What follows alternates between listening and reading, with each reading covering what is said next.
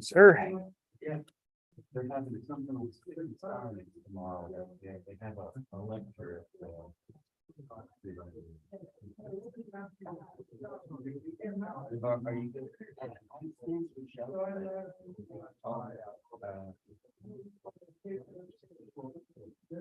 good?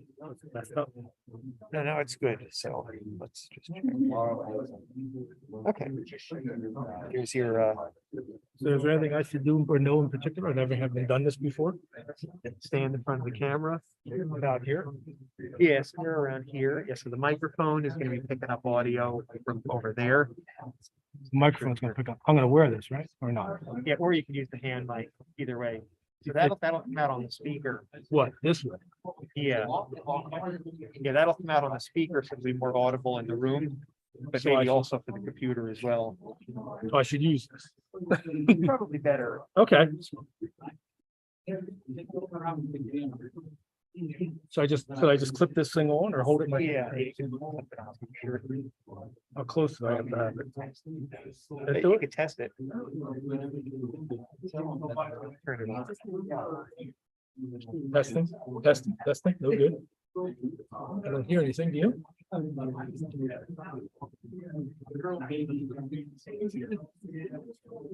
Hello?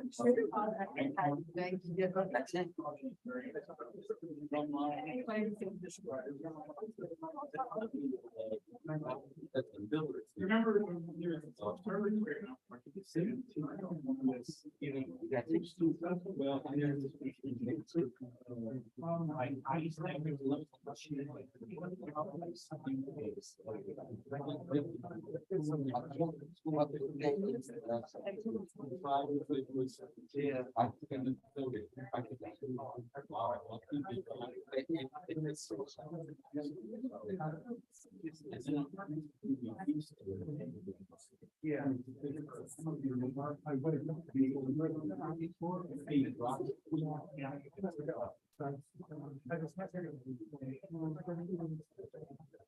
You're in demand, Tom. Yeah, that's a problem, isn't it? That's a problem. I know. I am very happy to. You know if this mic, there's three settings on this off and there's one in the middle and one at the end. Do you know which one? I literally do not. Yeah, I don't know. Try one each. But, sir, we see you, so it's real. There, it's real. Excuse me? Is that from there? That's the YouTube. feed. Oh, the YouTube. Yeah, Not the actual comment. Okay. Probably. I thought maybe you had taken that thing out the park. well, we'll work on that next.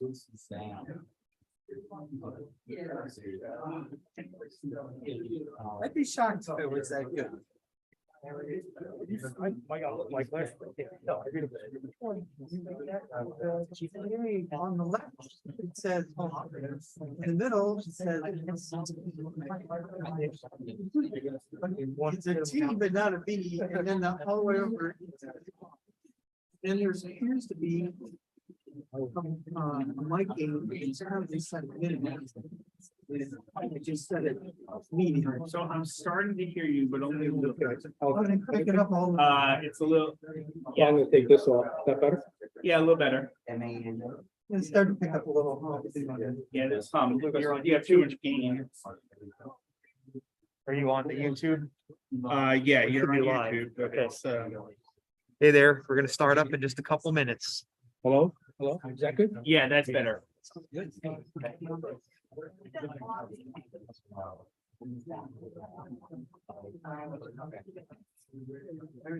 So try to hide away from it. I think he became like member at large for a couple of years. So, you know, I could try to have you become member at large, so I couldn't do it.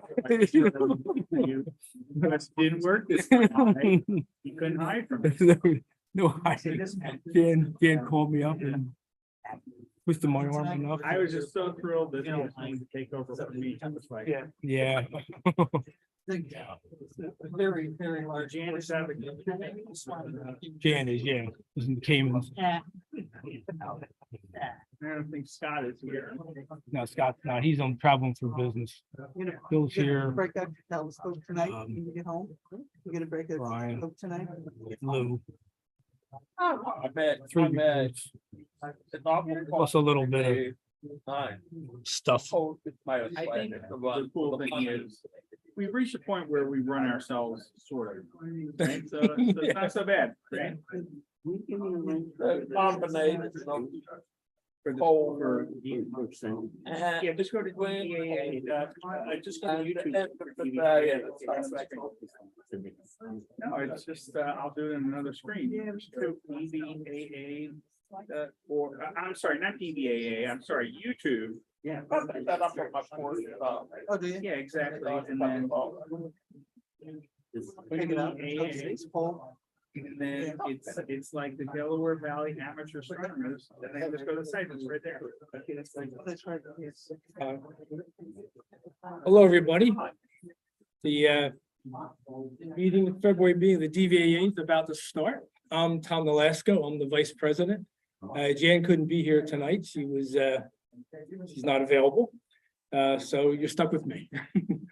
So Brian, maybe dim the lights a little bit, just a hair. Just there. It's There we only one way or not. Yeah, no, okay. So big news these days is the comet. Everybody's hearing about it, the big bright green comet and this sort of thing now. It's a little misleading. If you're looking through it like binoculars or a telescope, it's not going to be green. In photographs, it's green, but it's not going to appear green visually. Your cones in your eyes, which receive the color, aren't sensitive enough. They need lots of photons. The rods only need a few photons to start triggering. So it's just like any other deep sky object. It has a grayscale. But this is a shot that Joe and Ann Lamb took down at Assateague Island back in the 25th of January. The skies up here have been difficult to try to catch it, especially early in the morning. And it's an interesting photo because you see the green here and you can see the ion tail, the dust tail over here, and the little bit of an anti-tail here, which is kind of a funny term. It's not a real thing as much as a kind of a optical illusion a bit. The dust part of the tail, the particles from the gas tail, it goes straight back from the sun. The dust part of the tail is slightly tilted towards the orbit of the comet, and anti-tail, this is actually just remnants left over that are kind of being left behind, sort of. They're in the orbit, and that's basically where meteor showers come from too. Some meteors come from. There's this remnant here. You can only see this for a few days if the comet passes through the orbital plane with the Earth, and then it's just the way the light lines up. It works out.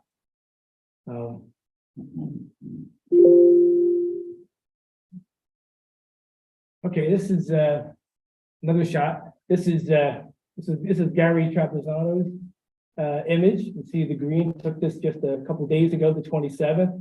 And this was on the same morning, the comet. This is over a 1 hour period. These are very short exposures, maybe it's 96 seconds each. And it's a series of just short exposures, one after the other.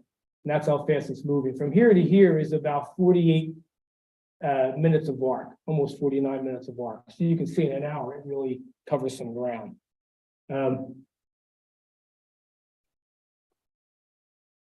So just I want to mention two other things I want to mention with the comet. One thing is on Monday night, it's pretty close to the star Capella at Auriga, a nice bright star. So that's kind of a landmark. If you haven't seen it yet, this is an opportunity. And then again, on the 11th, it gets within 1 degree of Mars. That's a second opportunity. So depending on the weather, how we luck out here. But it will come within about 1 degree west of Mars. So in binoculars or a wide field view in a telescope, you'll be able to see them at the same time. And I guess it'd be kind of cool. And it gives you at least a good point to find it, if you haven't had success. Hey, Tom, what's the estimated highest brightness it's been at? The highest I've seen is like 4.56. I saw it was the closest to the Earth on the first. And the brightest I saw was 4.56, which was a little bit brighter than what they were saying was going to be. They were saying 5 to 5.5. That's a little brighter than that. The nucleus itself is quite bright. And we look through binoculars. I've only seen it once in binoculars, just like 7x35s. And I didn't see the ion tail at all because I'm looking at my backyard. I'm a Bortle 7. It's very bright.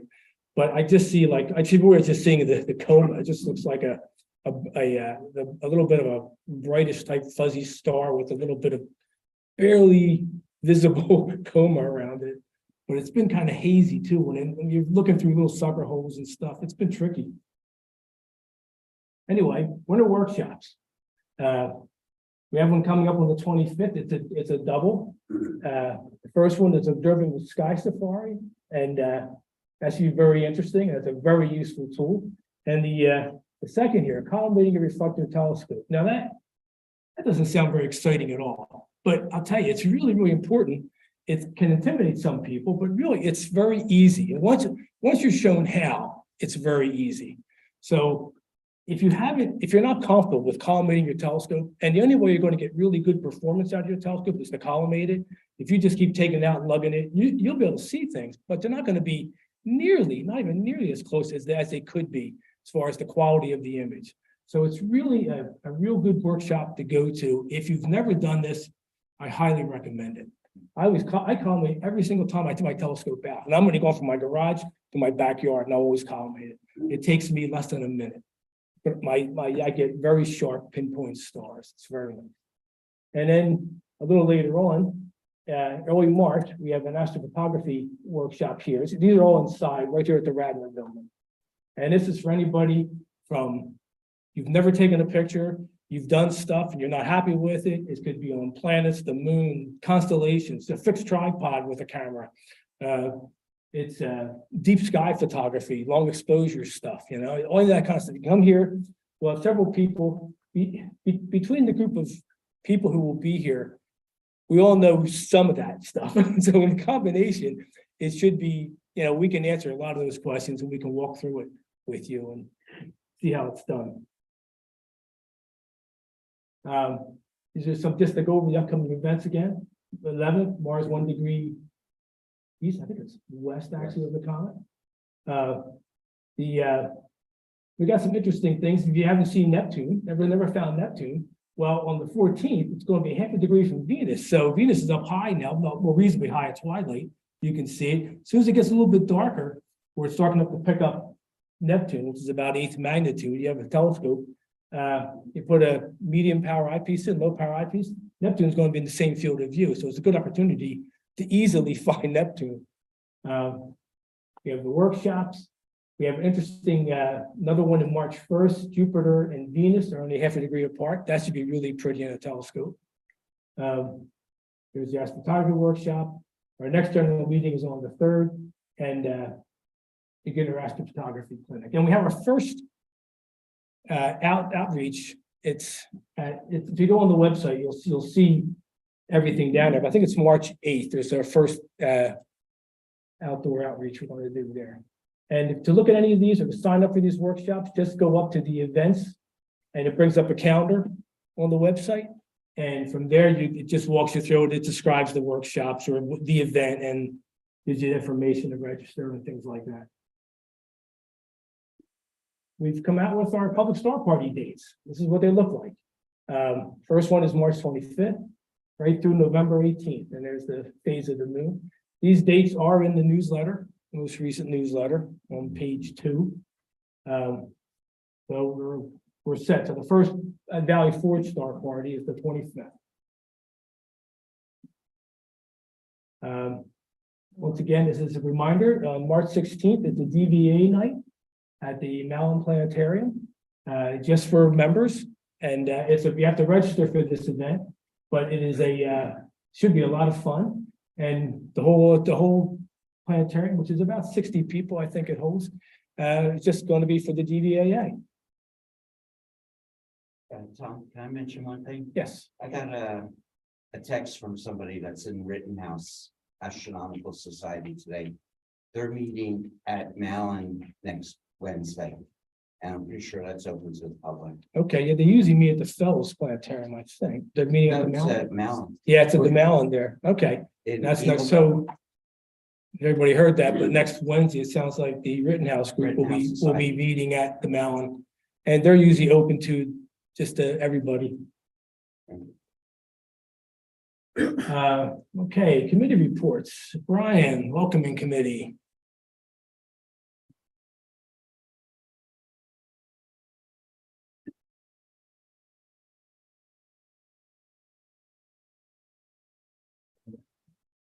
I forgot to turn on. All right, we have 11 new members this month, and I did meet a couple of them tonight, Rita Pang and Mike Menser. But we also have Mike Montalbano, Theo Montalbano, Katrina Rickner, Matthew Tones, John Fick, Justin Patterson, John and Barbara Kelly, and Mary Louise Arsenio. So let's welcome them.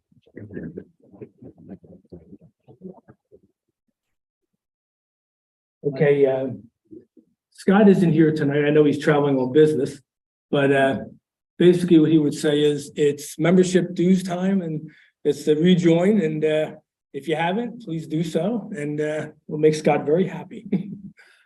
Camping and trips. Bill, do you have anything? Yeah.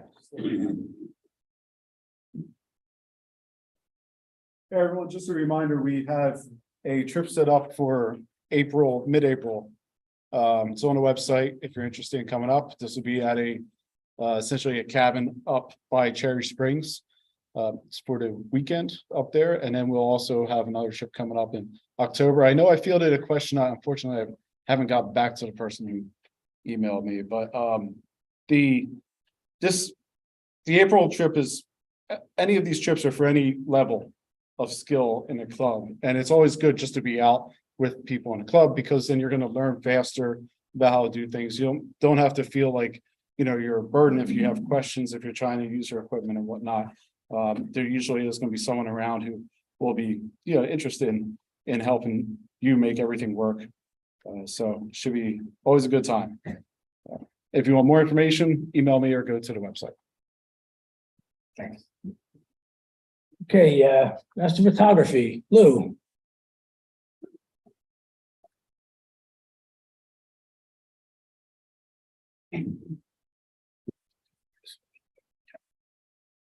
If you can see your face in it, you're there in the right spot.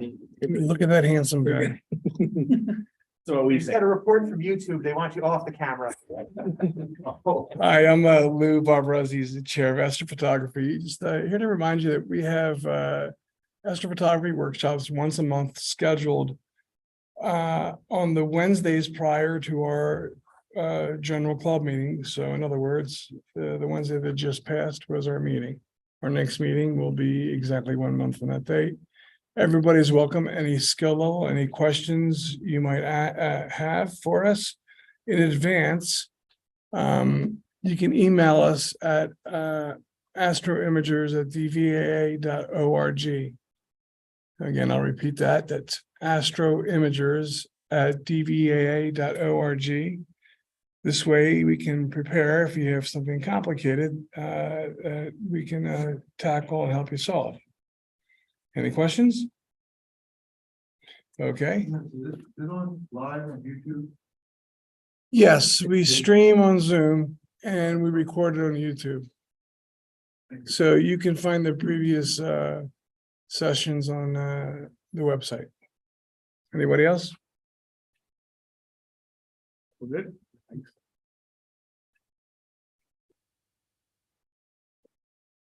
Are there anybody else have any reports? I don't think so. Okay. Oh, guess, is that all she wrote? Yeah, I think, because then Okay, somebody comes up. all right. Let's close that down. So we have kind of a, we have a twofer tonight. We have two speakers tonight. We have a short presentation by Sylvie Stomberg, who is graciously agreed to bring her smart telescope with her, which is this instrument right here, a Vespera. Did I say that right? Vespera. And these are remarkable devices. There's a couple manufacturers now who make these devices, but they're incredible. And so let me switch over if you want to. All right, I'm just gonna, hopefully this thing comes on. I need to move the camera around to get it on your. How's that? Okay, so this is what we want to, Is it working? yeah. All right. So I do have my phone out right now because this telescope connects to the app called Singularity. And the way that it works, you're meant to open your Wi-Fi settings and connect it to the telescope, which I have just done. And this is Vespera. So what is Vespera? Oh, wait, am I controlling the computer? Yeah. Sorry. You I'm so you sorry have this about that. too. Oh, You do up and down. all right. I just have to get the app open. All right. So, so when I was new to astronomy, when I didn't really know what I was doing, I wanted to get a telescope on my hands. However, unfortunately, telescopes, the big telescopes, without a doubt, they were very difficult to set up. I had to turn some telescopes back simply because I couldn't build them. A lot of the time, these telescopes were also just too big. I couldn't operate it to look at certain planets and stars. And off of that, you can't travel with them. So as you see right now, this is Vespera, my telescope. It's only about a foot tall, and it is an electric telescope, which is an alternative to normal telescopes. Instead of directly looking into an object or just directly letting you see through it, instead, Vespera shows you an image of what it's capturing on your phone after stacking multiple images on top of them in order to give you a resolved look. And electric telescopes, you can't look through any lens because you look at the pictures on your phone screen.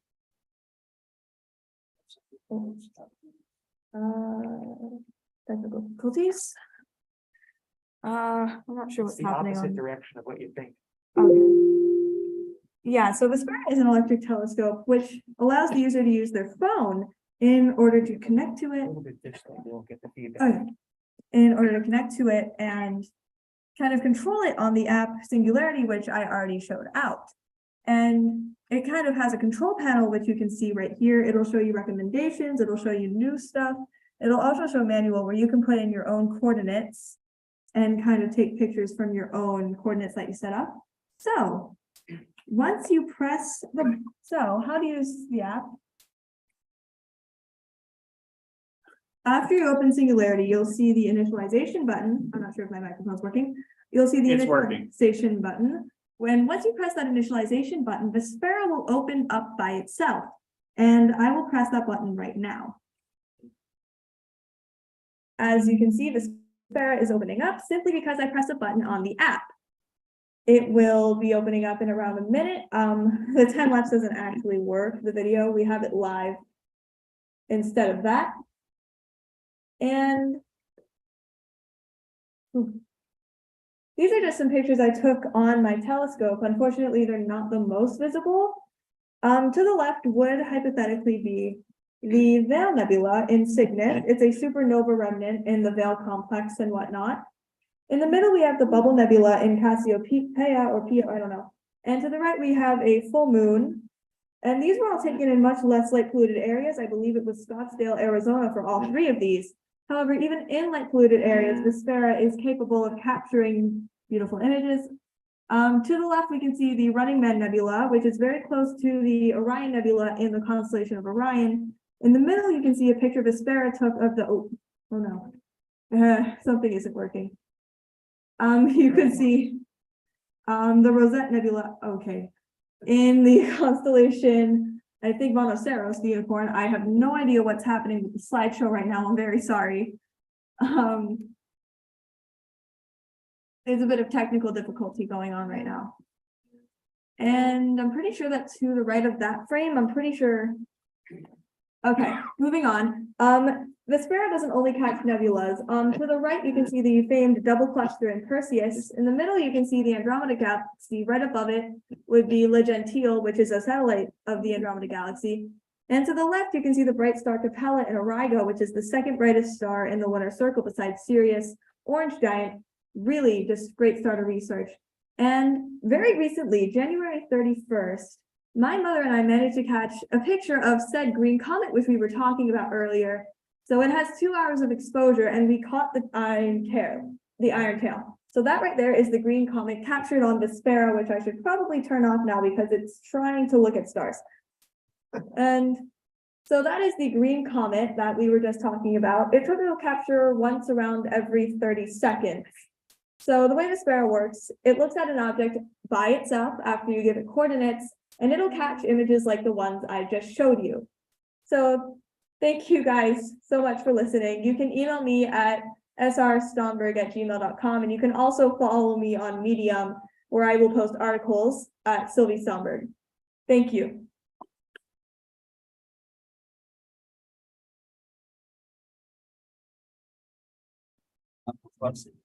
I'm not 100% sure how much it was. Definitely above the 1,000 range, unfortunately. The flaw that these electric telescopes have is that they're unfortunately very costly. Oh, and if we have any questions on YouTube, I'd be happy to answer them. No one has asked one, but thank you. Thank you.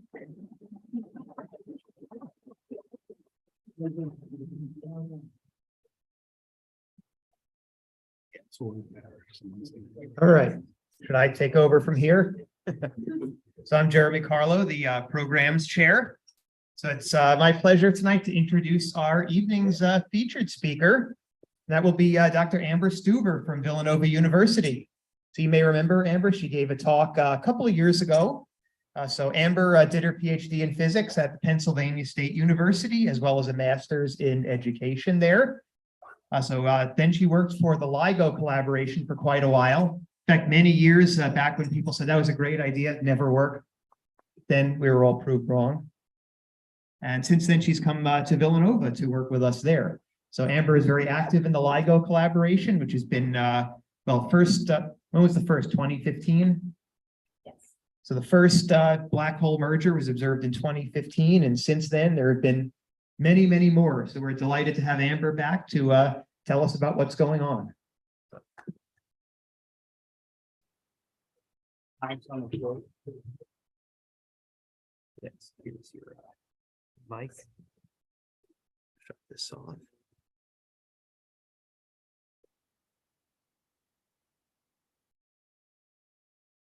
It's always the opposite of the way you think it'll be. Okay. If you can see yourself, you're on camera. Hi, thank you for having me. It's a joy to be back. This was one of my favorite talks. Actually, you were one of my first talks I gave after I joined Villanova University, at least public talks, and it was awesome. There were questions the entire time, back and forth. As a matter of fact, we had to call it because we were getting kicked out of the room, and I thought that was great. So in that spirit, I would like to also invite you to ask questions during the talk. When do we have to be out of the room? I think it's 10. 10 o'clock? Okay, we're good. It's a lot better than the time scale we were working with last time. So if you want to ask questions during the talk, feel free. You're not interrupting me. I think it's great. I'd rather you just go ahead and ask your question while you still remember it, because if you're anything like me, I have this great question I really want to ask, and if I save it to the end, it's gone. So I'd rather you just go ahead and ask. Just be sure to repeat. Yeah, I will make sure to repeat the question so that everybody on YouTube can get to hear what the question was as well. All right. So today my talk is going to be on astronomy with gravitational waves. If you were here for the last talk, you're actually going to hear some stuff that you've heard before, but it's been about 5 years. I figure a refresher course is not a bad thing either. We have done a lot in those last 5 years as well. Well, actually, there's a lot of COVID in the last 5 years as well, to be honest. But we have detected many more gravitational waves before we had to shut down our last observing run at the beginning of COVID. So what I'm going to do is I'm going to give you the refresher course, tell you what I think is some of the most interesting detections from the perspective of what kind of astronomy What have we learned about the universe from these detections, at least new information about the universe that we've learned from these detections. And then I'm going to talk to you about what we have seen since then and what questions can be answered as well.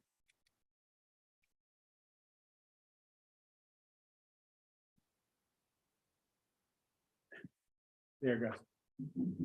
Okay, so let's talk a little bit about what gravitational waves are to begin with.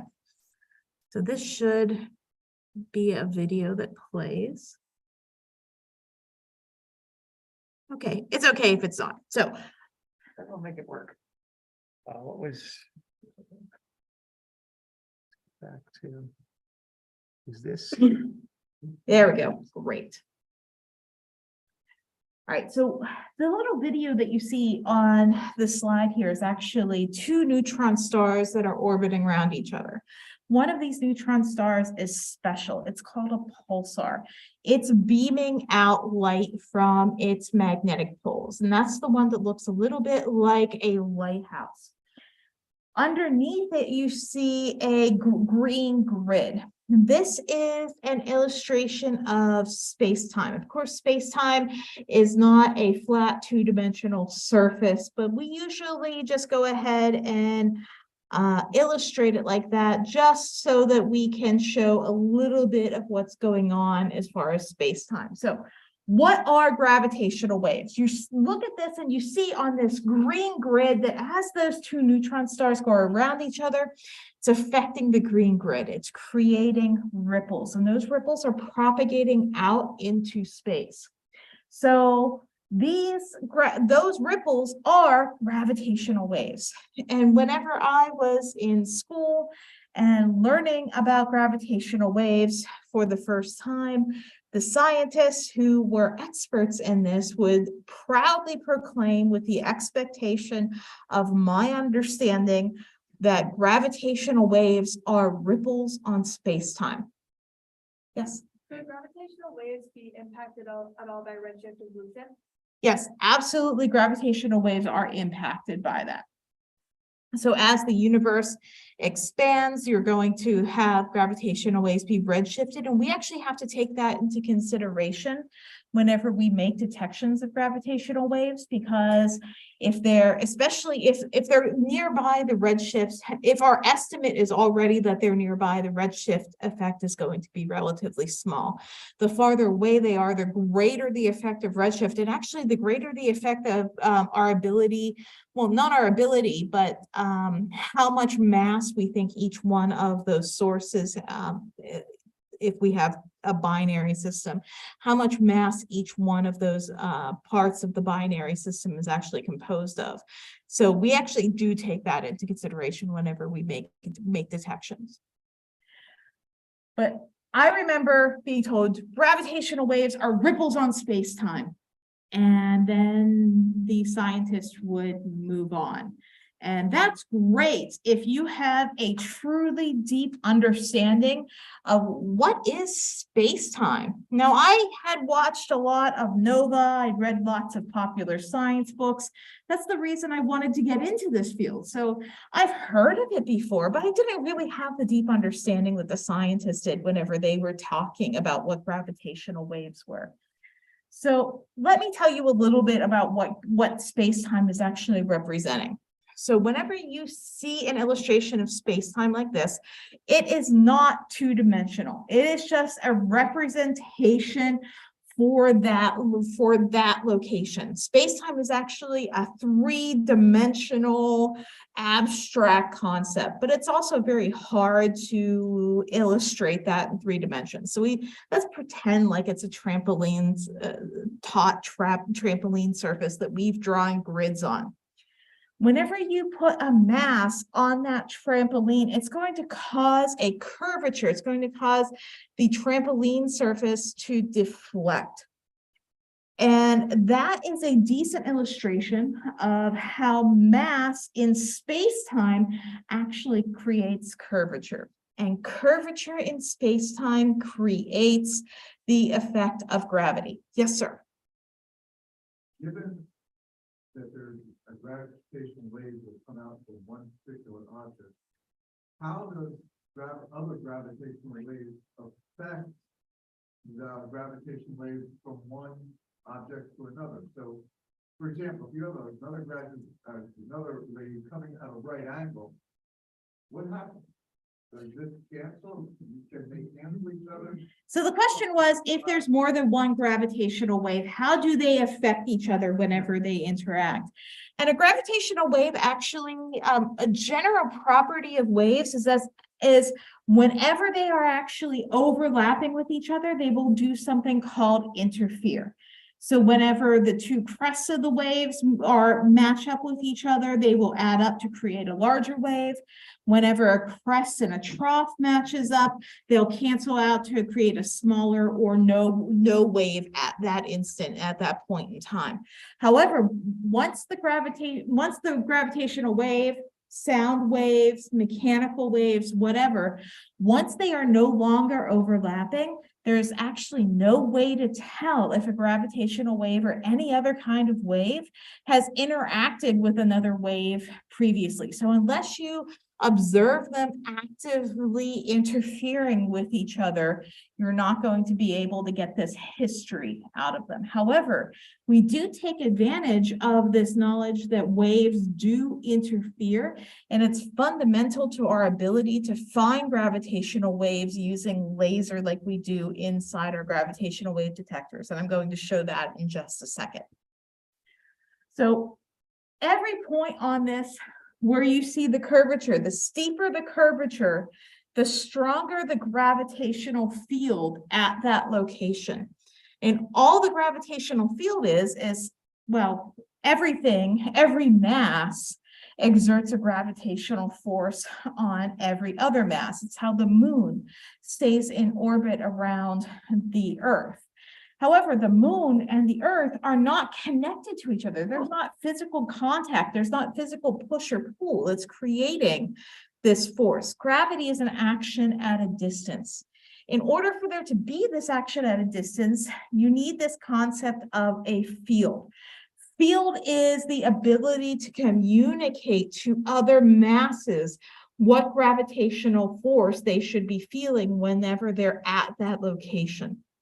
And the steepness of the curvature on this illustration of space-time, the steeper the curvature, the stronger the gravitational field, the stronger a gravitational force a mass would feel if it was located there. That's really all gravitational wave is. When you boil it down, whenever you think about it, and what does space-time actually represent, at least as far as gravitational waves are concerned, space-time represents, gravitational waves are just a wave of changing gravitational field propagating out through the universe because objects have moved around. And that's a lot easier to understand than the scientists who initially would give talks and would sagely say gravitational waves are ripples on space-time. If you ever hear that, know that what that means is that a gravitational wave is a ripple of changing gravitational field propagating through the universe. Yes, sir. Does the propagation always happen at light speed, or is there a variation? And does interactions or depth make it a longer path and so make it slower maybe? Or these are excellent questions. So the question was, do gravitational waves travel at the speed of light? Do they travel at different speeds? Do things like, I'm assuming you were talking about gravitational wells, like moving through the path, the gravitational field of a black hole, for example. Yeah. Would that affect the speed of the gravitational wave? And these are all questions we actively look into. So before we started detecting gravitational waves, before my job here at Villanova, I was the scientist they let people talk to at the LIGO Livingston Observatory in Louisiana. I'm half joking about that. So part of my job was that I was the working scientist that interfaced with the education center that was co-located there. I was also the person who actually really, really liked talking to the public. So I'm usually the person they put out to go talk to the public whenever it wasn't a big political person. And then, well, the director of the observatory took care of it then. Anyway, so I gave talks to tens of thousands of people when over my 10 years, whenever I was working at the LIGO Observatory in Louisiana. And one of the questions I got asked was about how fast do gravitational waves travel? I keep talking about how gravitational waves are just changes of gravitational field. They're propagating out through the universe. And the next logical thought is, well, how do they propagate? How fast do they propagate? Before we detected gravitational waves, my answer to that was always, we expect gravitational waves to travel at the speed of light. Because in whatever you start digging into general relativity and doing the math, it is the simplest answer. So in science, there's usually something called Occam's razor, which is usually that the simplest explanation is the correct one. That's not always true, but it usually is true. So we expected gravitational waves to travel at the speed of light. I would also then go on to say, but it is possible for them to travel slower than the speed of light in a vacuum. So assuming there's nothing else like the gravitational field from a black hole or anything else, just if there's nothing else in the universe, it's possible that they could have traveled slower, but they never can travel faster, because one of the primary foundations of relativity is that nothing can travel faster than the speed of light. And that includes information about where mass is in the universe, which is essentially what a gravitational wave is communicating. So, yes, sir. Is the propagation of this wave, is it actually changing the power of gravity? It's changed, very, very minute changes in the strength of the gravity. However, once that passes and it settles down, it's not going to be a big difference. It's not going to essentially be different. Think about it this way. I'm standing right here, okay? And if I move over here, now you are going to feel a slight change in the gravitational force because my distance changed, not too much for where you're located, but my distance changed a little bit. And you're also going to feel a change in direction of the gravitational force between us. And that propagated from me to you as a gravitational wave. And so you're not really feeling a big change in the after the gravitational wave has passed. You're not feeling a big change in the strength, but you're definitely feeling a change. And that's what this gravitational wave is really communicating. Basically, this is taking the Newtonian gravity that you learned whenever you were in school, and whenever we learned about it in school, everything happened instantaneously. So if the sun were to magically disappear, all of its mass just gone, then the Earth would, based on what we learned in school, the Earth would instantly stop feeling the force of the sun at the center of our solar system and would continue in a straight line path on wherever it was. However, because it takes time for the information on where mass is in the universe, it can't travel faster than the speed of light, and that information is carried on a gravitational wave, it's going to take the Earth would, if the sun magically disappeared, the Earth would continue orbiting where the sun was for almost 8 minutes and 20 seconds. And that's because the speed of light, that's the time it would have taken the gravitational wave to travel there. Yes, sir. So is there a way to, I'm sure there is, to calculate how big either object must be to affect equally another object? For example, how far away you're standing from the gentleman over here, you know, he's not going to be weightless because of the, you know, there's no tug you're going to feel because of the way you're moving. It's never going to make it so that you're weightless. It's not going to make it so that gravity goes away. It's a change in the gravitational force. And so unless something magic happens, like I were to disappear and I was the only other thing in the universe exerting a gravitational force, that's the only time whenever you would get this absence of gravity, the weightlessness. You're talking about canceling out weight. Uh-huh. You cancel out weight at that moment, there is no gravity. At that moment, there is no change in gravity. That is what the gravitational wave is communicating. It is a change in the gravitational field. So you were talking about moving from point A to point B. Is that change in theory continuous, or is it quantized in any sense? So this is starting to get a little bit away from my expertise, because now we're Okay. starting to get into the idea of, so everything in the universe appears to be quantized. This is quantum physics. This is the physics of the very small. And one of the things we haven't done in physics is be able to have this continuous spectrum of theory between the very large, so general relativity, and the very small, and quantum, so that would be quantum physics. And there are lots of active research going on in that. And the two main fields that are covering that are string theory and quantum gravity. And I could get the quantum gravity people very upset by talking about the fact that I could take my fist and just considering the mass of my fist and shake it back and forth, and this is going to create a gravitational wave. They might say, well, wait. But there has to be some minimum energy, because remember, quantum is about having units, including units of energy.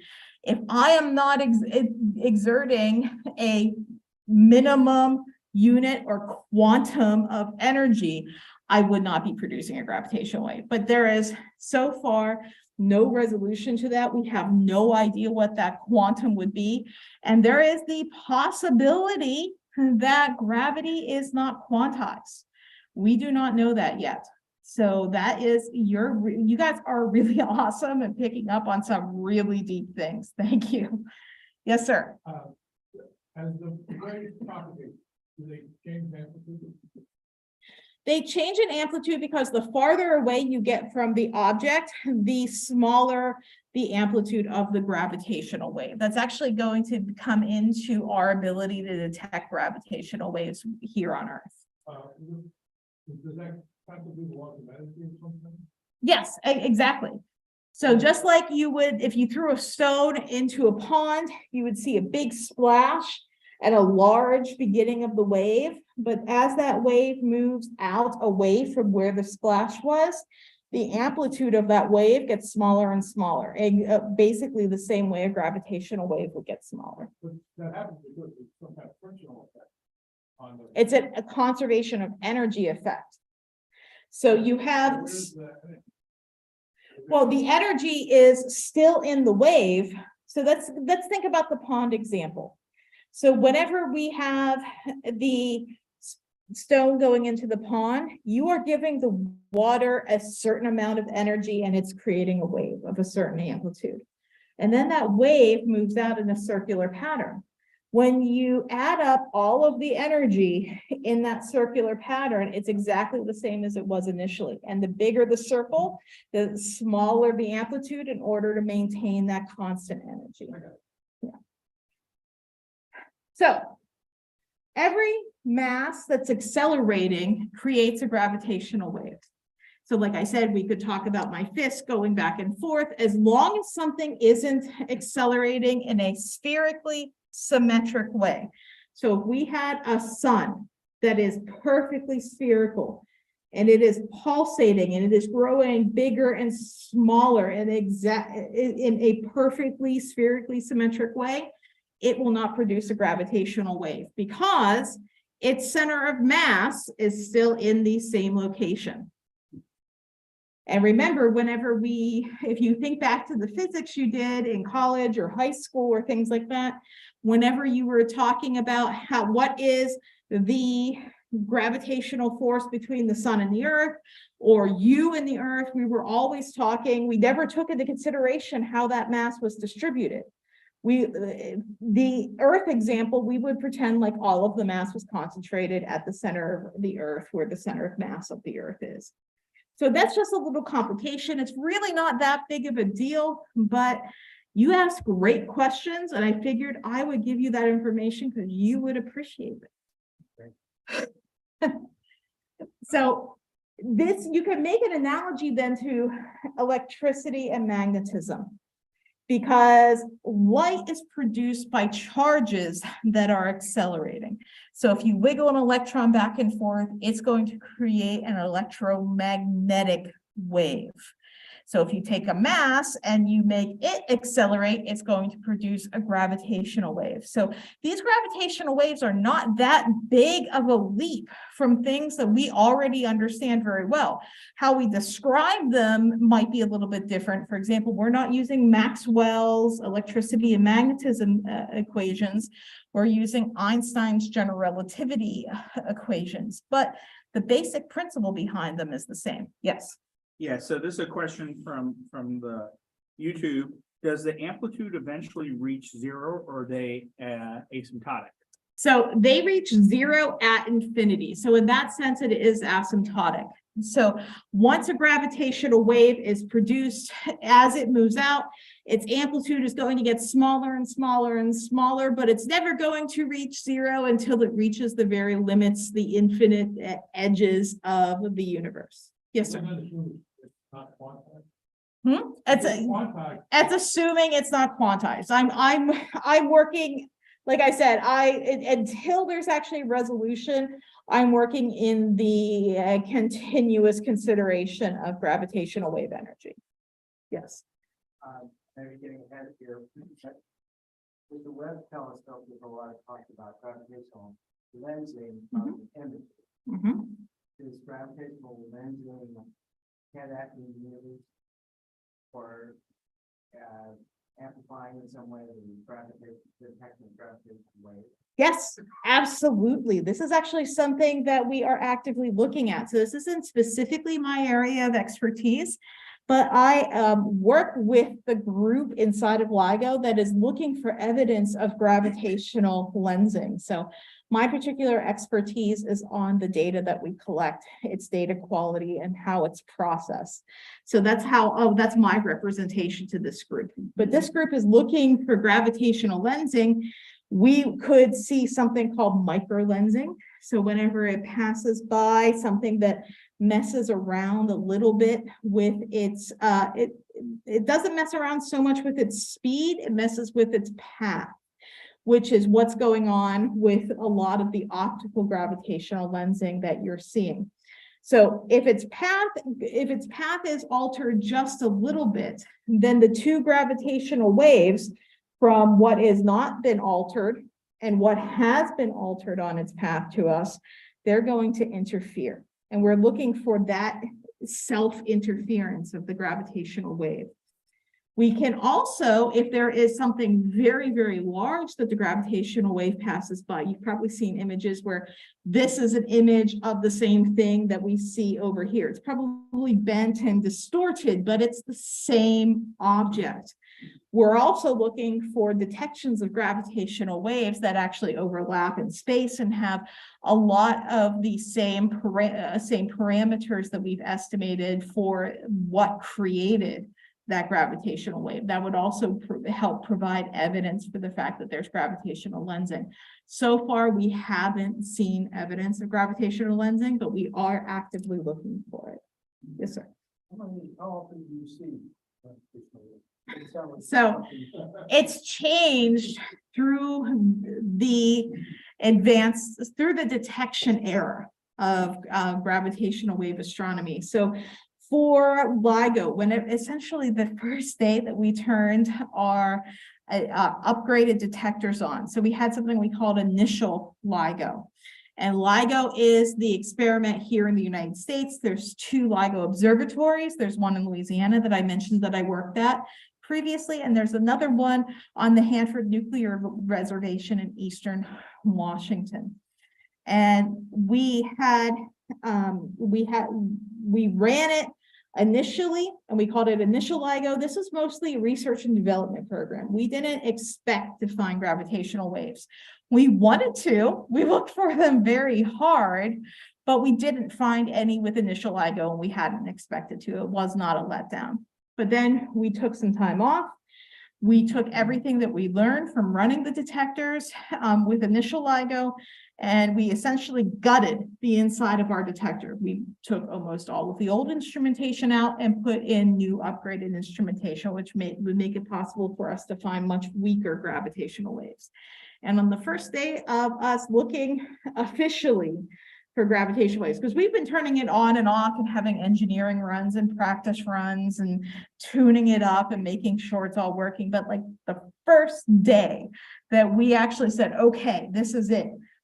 At 20 till 6 in the morning, Louisiana time, a gold-plated gravitational wave ran in, and less than a second later, about 0.2 seconds later, the exact same signal was detected at the other observatory in Hanford, Washington. And I'm going to show you illustrations of that in just a minute.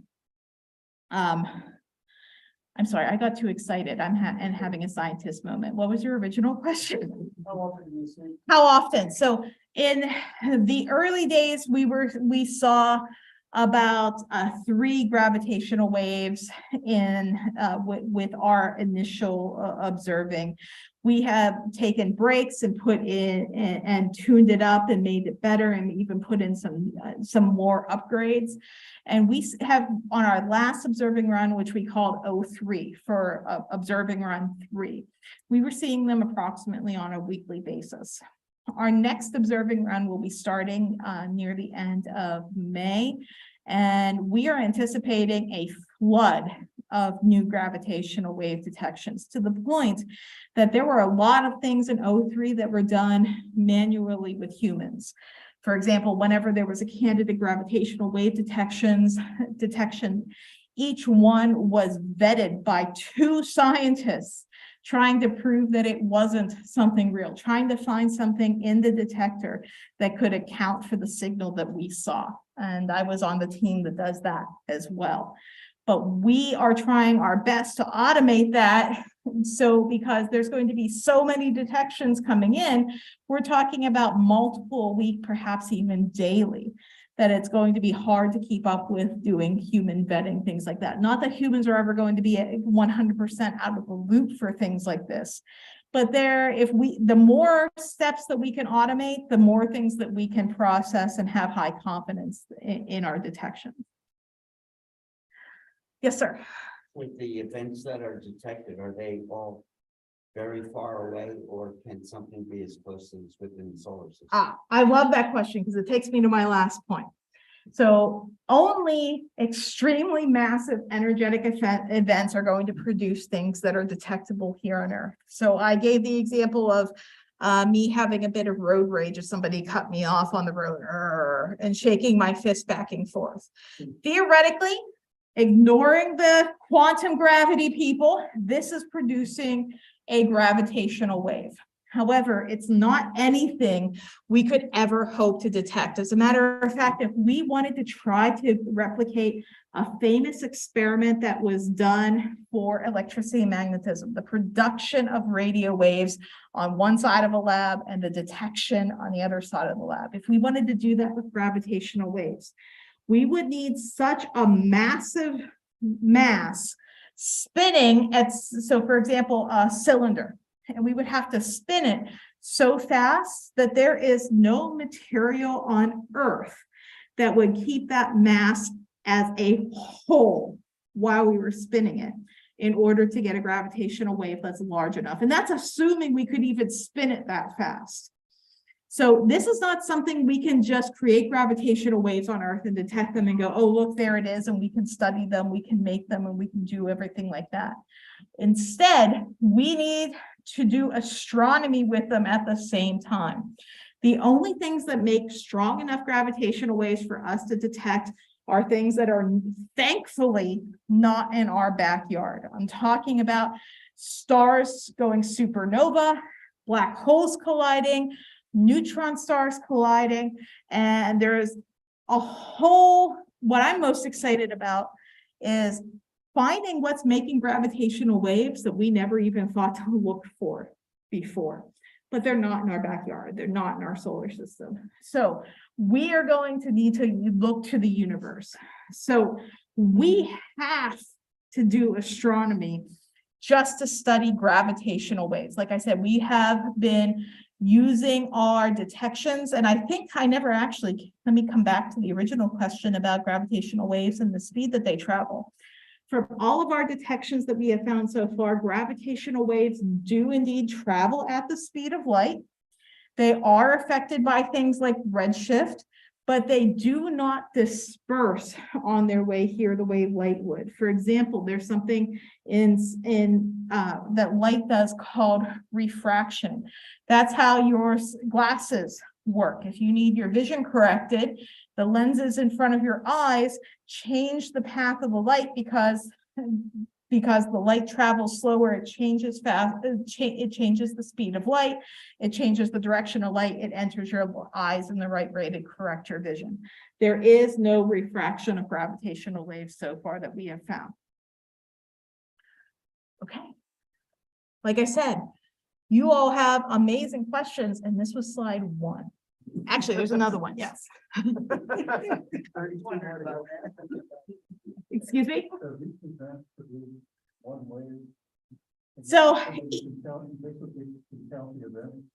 So far, we haven't ever gotten to we're not so sensitive to gravitational waves that we're seeing multiple gravitational waves coming from different parts of the sky at once. Each one is single that we're looking at. It's not an instantaneous thing. They do have a duration to them, but we haven't had any 2 gravitational waves that are overlapping. Another exciting thing, I'm getting a little bit off track, especially if I want to get to slide 2, but I'm super excited. I'm going to go with it. A really exciting thing is this is what I'm going to be talking to you about today is all Earth-based detection of gravitational waves. Now, one of the limitations we have on Earth is the fact that our ground beneath our feet is shaking all the time, not even just from earthquakes. The wave in the ocean causes a constant vibration underneath your feet called the microseism. And even that vibration wants to move what's inside of Earth-based gravitational wave detectors like the LIGO more than a gravitational wave wants to move inside of them. We work very, very hard to do seismic isolation to keep everything inside of LIGO as still as possible. But ultimately, we cannot detect super low frequency gravitational waves because that's where the ground vibration increases dramatically the lower the frequency you go. That's where the microseism is. And I'm not even talking about earthquakes, which are obvious vibrations. So you could say, great, let's put a gravitational wave detector in space. No ground to shake. And there are plans for a space-based gravitational wave detector. It's called LISA. And that acronym stands for the Laser Interferometer Space Antenna. Oh, I never told you what LIGO stood for either. So the detector that I specifically work with here in the United States, the ground-based one I've been referring to called LIGO, L-I-G-O, that stands for Laser Interferometer Gravitational Wave, that's hyphenated, Observatory. And so you can see one of the reasons why we make acronyms, because that's quite a mouthful. And if you're old enough, you'll remember back in the day, LASER used to be an acronym for light amplification, L-A-S, light amplifications through the stimulated emission of radiation. Interferometer gravitational wave observatory. So,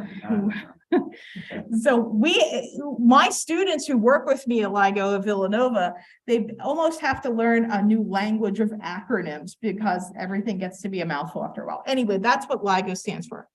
Back to LISA. Because it's in space, there's no ground vibration. They can detect very low frequency gravitational waves, which means that they can detect the gravitational waves from systems like this neutron star system.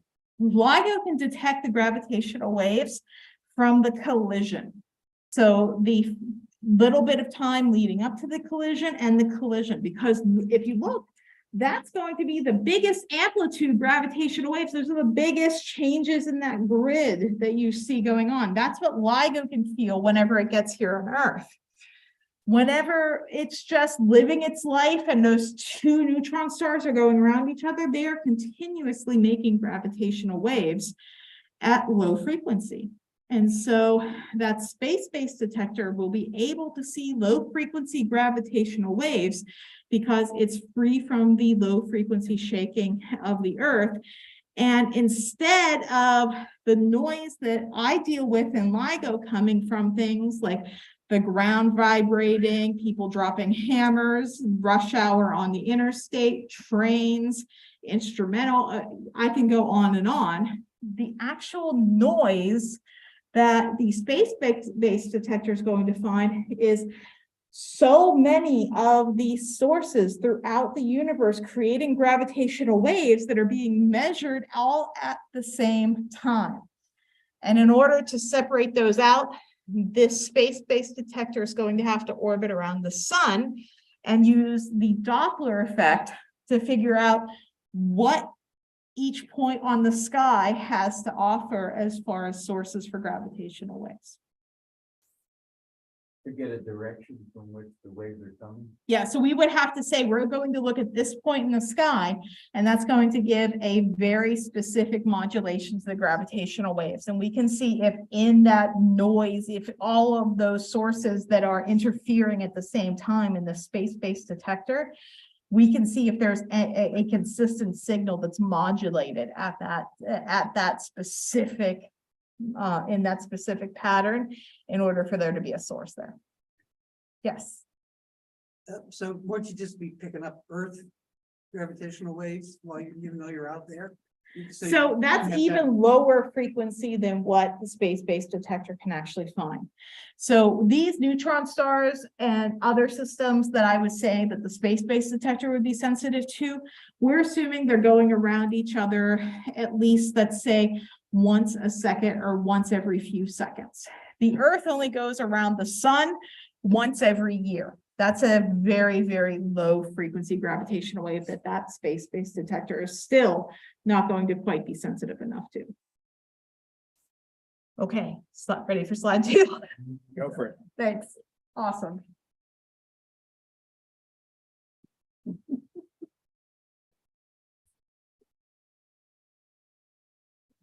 There we go. So I actually think this is going to go pretty quick too, because you've asked so many questions. I talked about a lot of this already. So I mentioned that by the time gravitational waves get here, even by these strong sources like black holes colliding or neutron stars colliding, by the time even those strong sources get here, because of the dissipation, the decrease of its amplitude, like an amplitude on a pond, these things are not in our backyard, so they have to travel quite a way to get to us here on Earth. So the amplitude of their wave is going to have decreased quite a bit by the time they get here. So how big are these gravitational waves that we're trying to see?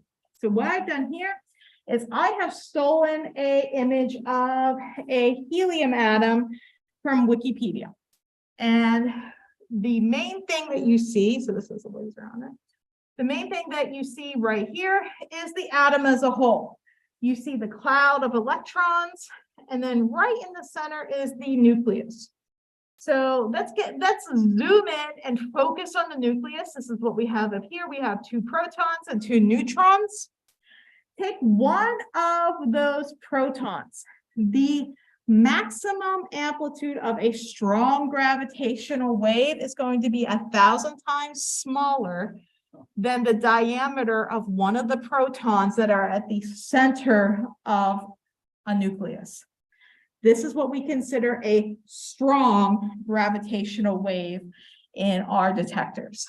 And whenever I was at the observatory, I was talking to people, one of the things I would brag about that I was shocked other scientists who didn't brag about this all the time is that we are making the smallest length measurements that humans have ever made.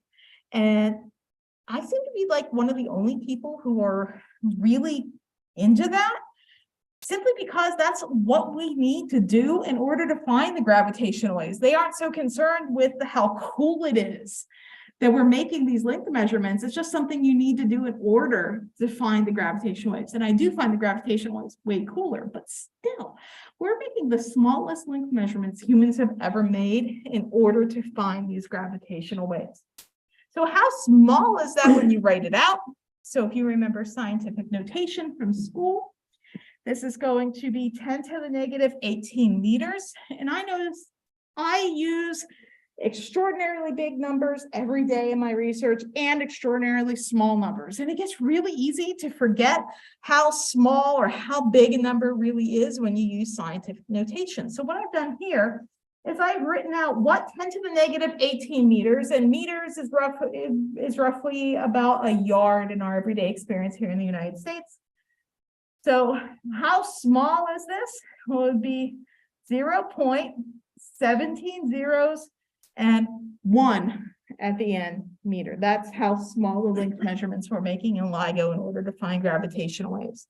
As a matter of fact, we are actually making even smaller length measurements than that, because this is the maximum amplitude of the gravitational waves that we're seeing. If we want to see any other part of the actual wave, we need to be able to see smaller. So we can actually see smaller than that. Well, get into quantum mechanics and you get into something called the Planck length, but that's probably something that is way, way beyond our technology. 16 orders of magnitude. So when did it start out? Oh, so how big are they? Oh, this is cool. I love this. Thank you for asking this. So if you are right beside the thing that's making a gravitational wave, you are not going to have a good day.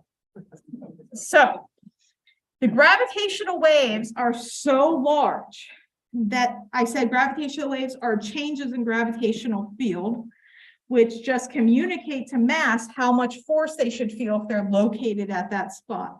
So if I'm located at a spot very near to a source of a strong gravitational wave, it is very possible for the gravitational field, and therefore the gravitational force I feel at my feet, to be much smaller than the gravitational force I would be feeling at my head. And that's all caused by that change in gravitational field that would be passing over me. So that difference in force between my feet and my head would cause me to be ripped to shreds.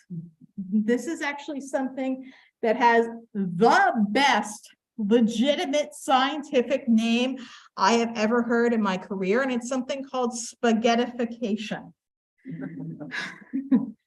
And it's usually brought up when they talk about a crossing into over the event horizon and into a black hole. So the bigger your black hole, like the supermassive black holes, the less the spaghettification effect, kind of ironically. So the smaller your black hole, the more this effect is going to be, where you have a difference in the gravitational force between your head and your feet. And spaghettification is because gravity is actually going to stretch you in one direction and smush you in the other direction, which is going to rip you to shreds. And don't think too much about spaghetti sauce for your spaghetti. I think you're not going to have meatballs. You're going to have more along the lines of ground beef at that point. Well, or ground human, I should say. Oh, that's okay. I'm moving on.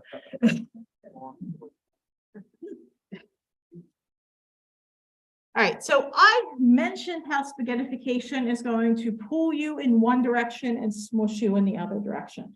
This is a characteristic of how the gravitational force works, and we can actually see this in how the gravity affects the earth and creates the tides. You're going to have low tides where the earth is being smushed a little bit together, and high tides where it's going to be stretched apart. So this is not anything that is entirely new to us. But the effect of gravitational waves as they pass through the space is going to have that same tidal effect. So what happens is, in one direction, you're going to be compressing in the orthogonal or at the right angle to that other direction. You're going to be stretching out. And because this is a wave, this is going to alternate back and forth. And how much it alternates back and forth is going to be the amplitude of the gravitational wave itself. So this is the effect that gravitational waves have as they pass through space, which means that if we're going to detect gravitational waves, we need to be able to detect this effect. So that's why we built our detectors the way we did. So these are the two LIGO detectors. This one is in Livingston, Louisiana. This is about 45 minutes east of Baton Rouge. I can attest to that because I drove that on a daily basis. I lived in Baton Rouge and drove out into the sticks out here. And then there is another LIGO detector in the high desert of Eastern Washington on the Hanford Nuclear Reservation, and that's what you see here. So there's a stark difference in vegetation between these two facilities because of where they're located, but the actual detectors themselves are almost identical. And one of the big features of these is the fact that they are both interferometers.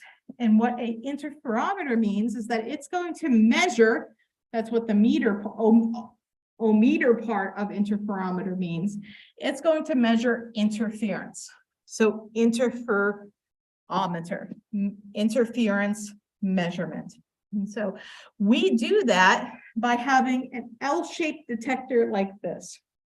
And at the corner of our L-shaped detector is a single light source. And that light source is a laser. This is a constant wavelength laser. That laser comes in, and at the corner, it is split into two equal parts. This is done by a half silver mirror. Half of the light passes through and goes down one arm, and the other half of the light is reflected up and goes up the other arm.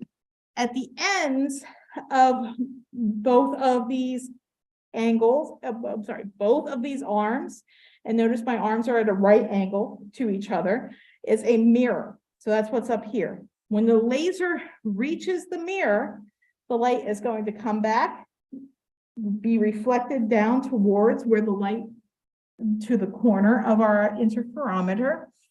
And then depending on how the length of these arms have changed relative to each other, there's going to be an interference pattern that comes out of our detector.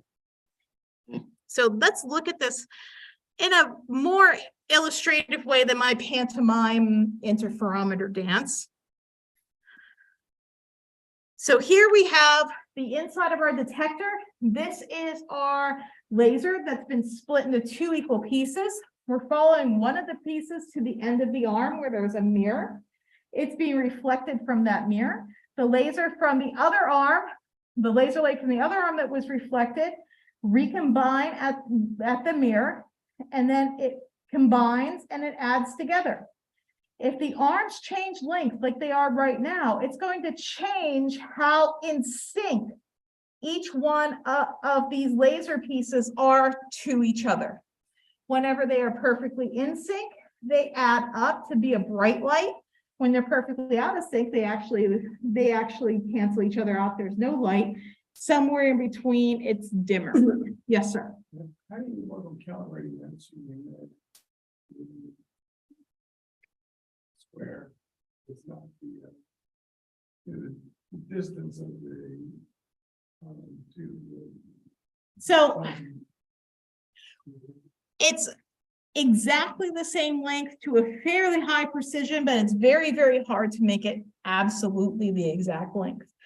What's most important is how the lengths change with each other. So let's say we have an arm that is maybe 0.0001% shorter than this arm all the time. That's not going to have a big effect as long as we have made it so that where the mirror is right here has the same effect, that if we don't change the length of our arms, the light is just as bright when it came out. So basically, we can be off by whole wavelengths of the light, as long as we're off by a whole wavelength of the light. And that's actually something we can fine tune by hand at the end. So we do this, it has been done very carefully and to the highest precision we're able to, and I don't exactly remember off the top of my head what that precision is, but it is something that is, as long as the change is more important than it being exactly the same length. Also, how long are these arms? So on the last slide, we saw in an aerial photograph, it's hard to get both of the arms all in the same picture, well, both of the arms. Each of those arms in both the detectors in Louisiana and in Washington State are 4 kilometers long. And in our everyday experience here in the United States, that's 2.5, very, very close to 2.5 miles. There was a question back here? How powerful is the laser? So our laser at its source is 200 watts. We don't always run at the highest power that it can actually work at, but it has the capability for 200 watts. Now, what's circulating inside the arms is, we're talking about kilowatts of light. What isn't shown here, and what most people don't actually poke at, thank you very much for this actually, is that this is a simplification of this model. The effect of a gravitational wave is larger the longer the light spends in the arm. So even if we just have, our arms are long, 2.5 miles, and then 2.5 miles back, that's still an incredibly short amount of time for the laser to be spending inside of our detector. And it can only be affected by the gravitational wave over the time it's inside of our detector. So we would like it to be in the detector longer. There's other reasons we would want that too, but that's the one I'm going to focus on right now. So what we do is we make something called a resonant cavity. Before the light gets back to this corner mirror right here, we have another partially silvered mirror, so that the light, most of the light, is bounced back all the way to the end again, and then it comes back. Some of the light trickles out of that mirror, but most of it gets reflected back. So we can actually store light in those arms. And so we have kilowatts of laser light inside of our laser. Basically a 200-watt laser, that's enough to mess you up. There's lots of laser safety. Whenever I worked there, in order to be able to give tours and be allowed unaccompanied near the detector, I had to take laser safety training. I even had to go get a baseline eye exam where they took a picture of my retina, because if even a little bit of the light came out from the source, not what's stored in the arm, but the source itself, it could burn a hole in my retina, and those don't heal. And our laser is an infrared laser, which means that it cannot be seen by the human eye. I can't even avoid looking at it, because in my peripheral vision, I see a bright spot, so I'm not going to look at that bright spot. There'd be nothing to see. I would just be blinded. And so they actually take pictures of your retina beforehand, so that if there is an accident, they can measure how much damage was done. I am very happy to say that nobody who has worked at LIGO has had their vision affected by their working with the laser. We take laser safety very seriously. So that is if some of this light just from the laser affects you. This light that would be stored, the kilowatts of laser in there, that I'm talking about burning a hole straight through the center of you. And you wouldn't even bleed from it, because it would be all cauterized. And you can tell that I used to give lots of tours to little kids too, because kids love science. Is so much more interesting whenever there's holes being burned through people. Yes. So this is directional. It's not directional, actually, because that's actually an issue, both a feature and an issue with LIGO, because we are most sensitive to gravitational waves that come in from direct. So this is our interferometer. So in the plane that we're all sitting in, If this is our interferometer, we're most sensitive to gravitational waves that come from directly above or come from directly below. An interesting thing about gravitational waves is gravitational waves can travel through matter and come out the other side unchanged. It's like matter is transparent to a gravitational wave. So that means we can detect gravitational waves coming up from the other side of the earth beneath our feet. And that's one of our most sensitive points that we can detect gravitational waves from. We can also detect gravitational waves coming in from different angles, slightly less sensitive. And there's only 4 points on the sky for each detector where it's completely blind. So if this is my detector, one of the points we're completely blind is from this direction. So basically bisecting our arm, because if that gravitational wave comes in, it's going to be compressing and stretching in that direction. It's going to affect both arms exactly the same way. And we're going to see nothing coming out, no effect. So if this is our gravitational wave, we're blind, this bisecting angle, the line directly passing through it, and then the 90-degree to that bisecting angle. Those are the only 4 spots we're actually blind. Everywhere else, we're sensitive with slightly slowly decreasing sensitivity coming down into those spots. So we can see almost all of the sky at the same time, almost all of the sky at the same time, which is awesome. Most telescopes, if you're looking there and something awesome happens over there, you're out of luck. You didn't see it. With LIGO, if something happens over there, we can see it because we're not looking in any one particular spot. We're just not looking at those 4 zeros that each have. So that's going to be the downside of it. With one detector, no, we would not be able to tell you where the gravitational wave came from with only one detector. And that's one of the reasons why LIGO has 2 detectors. The United States was the pioneer in looking for gravitational waves with interferometers in this way. And we have an international network of other interferometers. There's one in Italy called Virgo. There's another one in Japan called Kagra. India is working with us to put another LIGO detector that they would be operating. It would be our instrumentation, but they would be operating it for us there. But whenever LIGO was originally proposed, there was no cooperation. There was no other experiments like this. So because we wouldn't be able to tell you where in the sky it came from, we needed 2 detectors. And that's why the United States has 2 detectors. Even with those 2 detectors, we don't really get a lot of sensitivity on the sky and where it came from. The bigger effect it gives us is we don't believe that we saw a gravitational wave unless 2 detectors see the same signal at the same time. Like I said, almost everything in our environment wants to move what's inside of LIGO more than the gravitational wave does.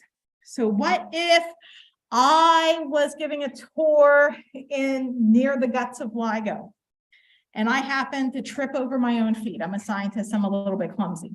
So if I tripped over my own feet, I'm going to create a vibration that has the possibility of looking just like a gravitational wave we were expecting to see. If we only had 1 detector, we would have no way of knowing if this was caused by something terrestrial, like me tripping over my own feet, or if it was caused by something astrophysical. Now, with our 2 detectors, because they are so far separated from each other, their round noise is independent from each other. So we don't believe that we saw a gravitational wave unless both of those saw it. So there's multiple reasons why the United States has 2 detectors. And the primary reason is it's really hard to tell where in the sky it came from. It's really hard to be confident about a detection with just 1 detector. And whenever we started this, there was nobody else playing the game. Now, fortunately, there is, and we are a very cooperative community. You've probably heard about scientists being very competitive and wanting to scoop each other and be the first one to publish and get all the fame. That's actually not how it works in LIGO, because the more people that see the same signal, the more information we can get about the signal, the better idea we can get on where the sky that signal came from. So whenever we're observing at the same time, and we all coordinate so that we're on at the same time. So right now, I mentioned our next observing round isn't starting until May. Right now, everybody is very busy finishing up their upgrades and getting everything ready so we can all turn on in May and start looking together. And it's actually really exciting. So all the politics you hear, international politics you hear on the news, that does affect us to an extent because that's where the funding for individual programs come from. But as far as scientists are concerned, we're all playing the same game. We're all cooperating. We share our data with each other and we get more science out of it because of it. Is there a point of diminishing returns where suddenly, I don't know if you had 10 of these detectors or 50 or something like that, it wouldn't affect things, but Oh, absolutely. Two is good, 3 is better. What is the? 2 is good. Yeah. 3 is better. 4 will give you a very accurate spot in the sky. Now, the problem is if all 4 of your detectors are approximately on the same latitude. So if they're basically on the same plane, they're all also it's going to be very hard for that system of interferometers to locate a gravitational wave that's coming in on that plane. So if you think of it as basically the detectors I told you, Louisiana, Washington State, Italy, and Japan, we're all not exactly on the same latitude, but within tens of degrees of each other on the same latitude. So essentially, if there's a gravitational wave that comes from a point in the sky that's approximately on the equator, we're going to have a hard time differentiating it. So having another detector that's not on that plane is going to help. And that's one of the reasons why we're putting another LIGO detector in India. Like I said, it's going to be LIGO instrumentation, but run by the Indian government. Did I see another hand? Yes.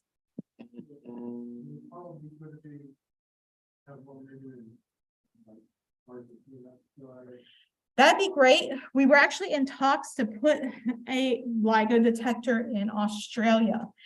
At the time when we were having those talks, Australia was experiencing a lot of wildfires. Not the most recent episode that they had in 2020, but there was another one before that. And because of that, the government couldn't commit to the amount of funding they would need just to build the facility to house the instrumentation. India, while it isn't as far south as Australia, it's actually far enough south compared to the rest of the other detectors that we work with that it is a large improvement, and they were able to commit that funding. Ultimately, this came down to who was able to support the program better. And the Australians, we did go to them first and they told us no. I have a question from YouTube. Are the LIGO arms at the 2 US sites on different compass points? Does it make any difference in their detection when comparing signals to each other? That's an excellent question. So what we did is we want to try to have both of the LIGO detectors. I mentioned that there is 4 points that we're not sensitive to, and that the rest of the sky were pretty good. We wanted to try to make it so that those 4 points we're not sensitive to was similar between the 2 United States detectors. Now that makes it so that it's harder to tell the difference on where in the sky it came from, because you can tell where in the sky it came from by timing, how long it took to get between the 2 detectors. You could also compare the strength at each of the detectors. That would tell you about where on what we call the antenna pattern. That's the sensitivity to the sky for each of the detectors. That would be another way. So we lose that a little bit, but we ultimately gain a little consistent sensitivity between our two detectors. So yes, they actually have to be oriented a little bit different from each other because, I'm sorry, flat earthers, but the Earth is a globe. And because it is a globe, if I have a sphere like this and Louisiana is over here, then over here in Washington, I'm going to be farther up, I'm going to be farther west. And in order to make it so that those 4 points in Louisiana that we're not sensitive to line up in Washington, we're going to have to rotate the Washington one a little bit because we're going to be on a different plane than Louisiana is in. If it was all on the same plane, then that wouldn't be a problem, but it was a problem we had to correct for. Actually, another thing that I like to bring up, and I know this isn't a question that you asked yet, but I'm going to tell you anyway, is again, the Earth is not flat, and I can prove it because the LIGO detectors. You're gonna get in trouble on YouTube. Yeah, I'm going to totally. Comments are coming in. Don't look up flat earthers. Don't look up my Twitter. I don't want to hear it. Okay. So each of these arms are actually on a perfectly flat plane. We had to correct for the curvature of the Earth because as we built this arm out this way, the Earth is so using the corner as our reference point for our plane. The Earth itself is going to be bending down away from this point that's at the corner. And we had to build the arms up as we moved out to keep them on a perfect level with the corner over here. And by the time you get 2.5 miles or 4 kilometers out here, the Earth has curved down and away from you a little bit more than 4 feet. And the diameter of the actual tubes that are inside of LIGO that's containing the laser is not even 4 feet. So that means if we did not correct for the curvature of the Earth, if we didn't build up the arms so that they were perfectly flat, then the laser would actually hit the top of the tube that's containing LIGO before it made it to the mirror at the end. So again, sorry, flat earthers, the Earth. But you're a scientist and you work for the government. I'm getting paid enough to lie to you. That's just the end of the story. Yes? Do you have a question? It's just a hill, it's not like. Sure. Question in the back? Given the length of those arms and what you would be measuring, how big is the satellite going to be? You mean the LISA satellites? Yeah. They're actually relatively small. It's a constellation of satellites. So the satellites are going to be about this big. Inside of them is what we call a test mass. It needs to be held as perfectly still as possible. That's how we keep the, I talked about us being able to eliminate the effect of ground vibration. We need to keep it as still as possible, which means the satellite itself has thrusters on it to cancel out the effect of radiation pressure and solar wind coming from the sun. So it corrects for it at all times. And each one of the satellites has 2 laser sources. So the laser sources go out to 2 other satellites and they may actually make a triangle. So instead of just being an L-shaped interferometer, it's a triangular shaped interferometer. Yes. There are 2 satellites operating in tandem out there that measure gravity on the planet. That's different than gravitational waves, though. There have been several different satellites that have been doing different, like gravity measurements. A famous one from actually a long time ago was something called Gravity Probe B, and it was measuring something called gravitational dragging, and it's the analog. So the electric field, a changing electric field will make a changing magnetic field. That's what an electromagnetic wave is. So I said the gravitational wave is an analog to this. The analog to a gravitational wave. So basically, if the gravitational wave is our electric field, Our analog to it is something called frame dragging. And so there's been many satellites that have been measuring different aspects, but nothing has been measuring in space gravitational waves directly. Yes. Where in space are you located? So there are special points around the Earth called Lagrange points. You know about them? Yes. Okay, awesome. So we're going to put the LISA this constellation of satellites in the Lagrange point that is trailing the Earth's orbit. That's about 20 degrees behind the Earth.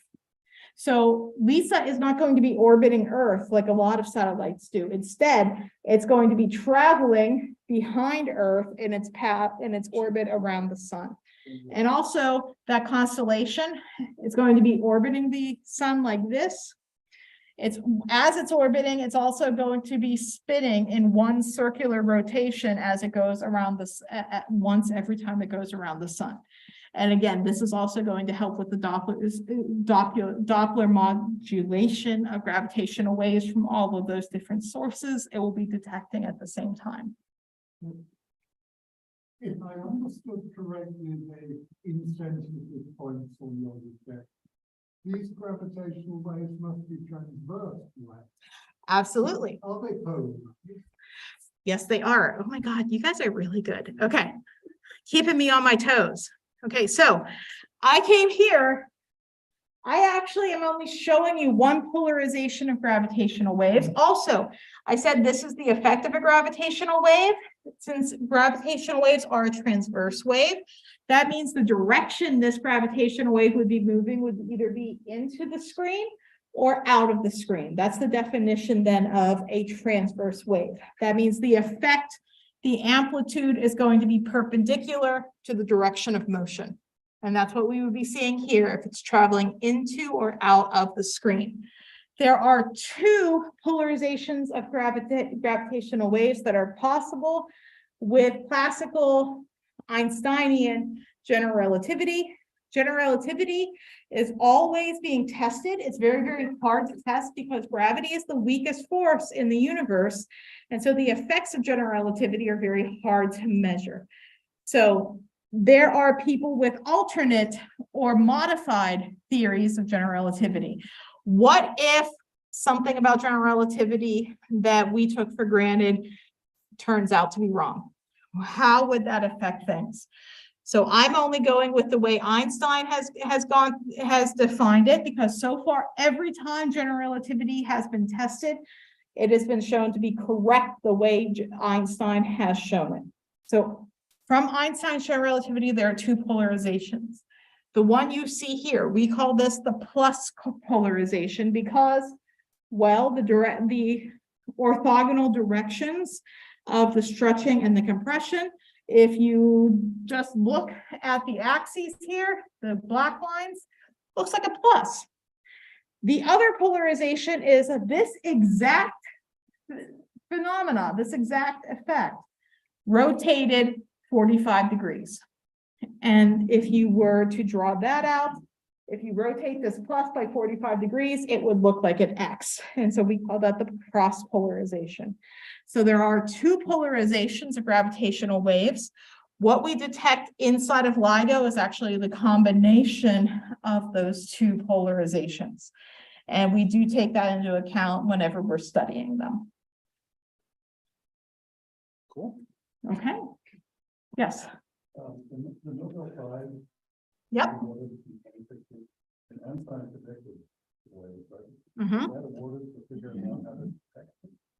That was awarded for actually detecting them.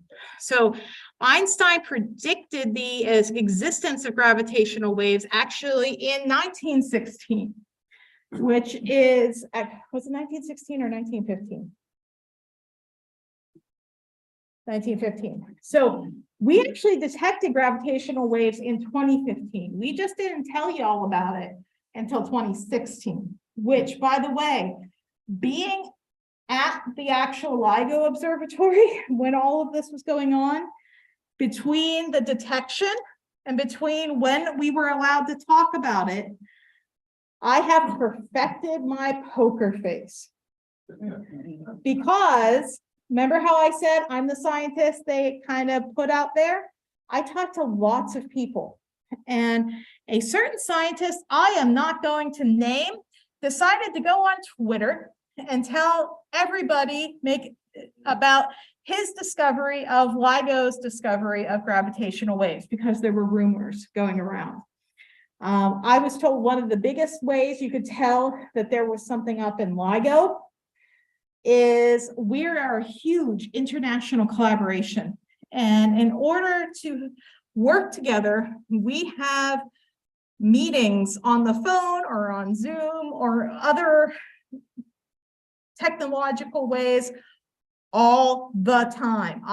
There are meetings I specifically miss on a routine basis just so I can get my Villanova work done. We are always looking for a good excuse not to go to the meetings. I was told by someone that you could tell something was up in LIGO when everybody had to be at the meeting because we were interested, and the doors were closed and nobody was allowed to listen in. Not that anybody ever wanted to listen in, but all of a sudden we had to make our meetings and we had to do it behind locked doors.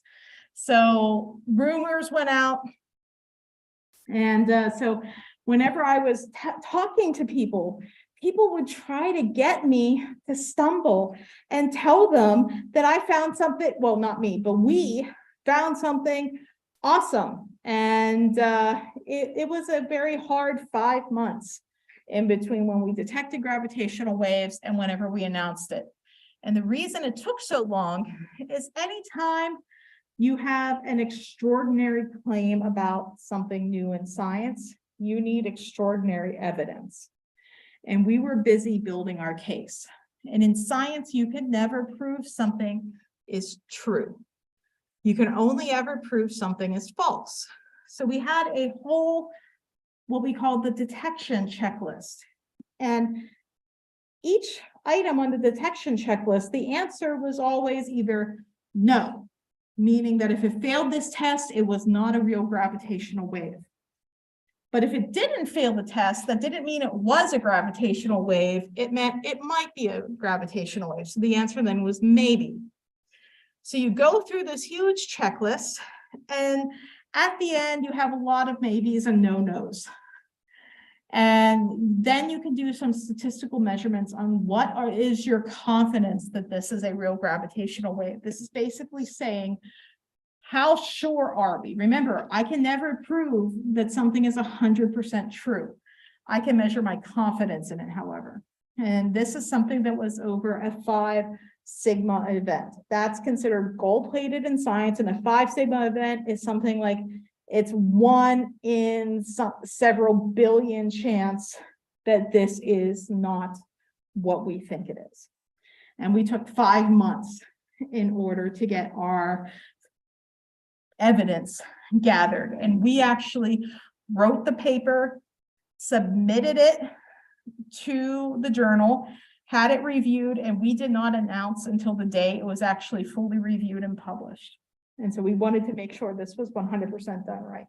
But that was torture for 5 months because people would ask me about the gravitational wave. And they would even ask me repeatedly in different little ways. You know how whenever you watch police interrogate somebody, they always ask the same question, but a little bit different, hoping you're going to trip. I had the public doing that to me on a regular basis. So my husband doesn't stand a chance in arguments with me anymore. Sorry, Derek. Yeah, okay. So gravitational waves in astronomy. So that was the intro part of my talk. What can gravitational waves tell us about astronomy? So gravitational waves, since they're produced by the bulk motion of mass, it's going to bring us information that traditional observations with light or electromagnetic waves really can't do. Also, it doesn't have the limitation that light does, that light is very easily reflected or absorbed on its way to us. So there's something in the sky called the zone of avoidance. which is where our own Milky Way galaxy is.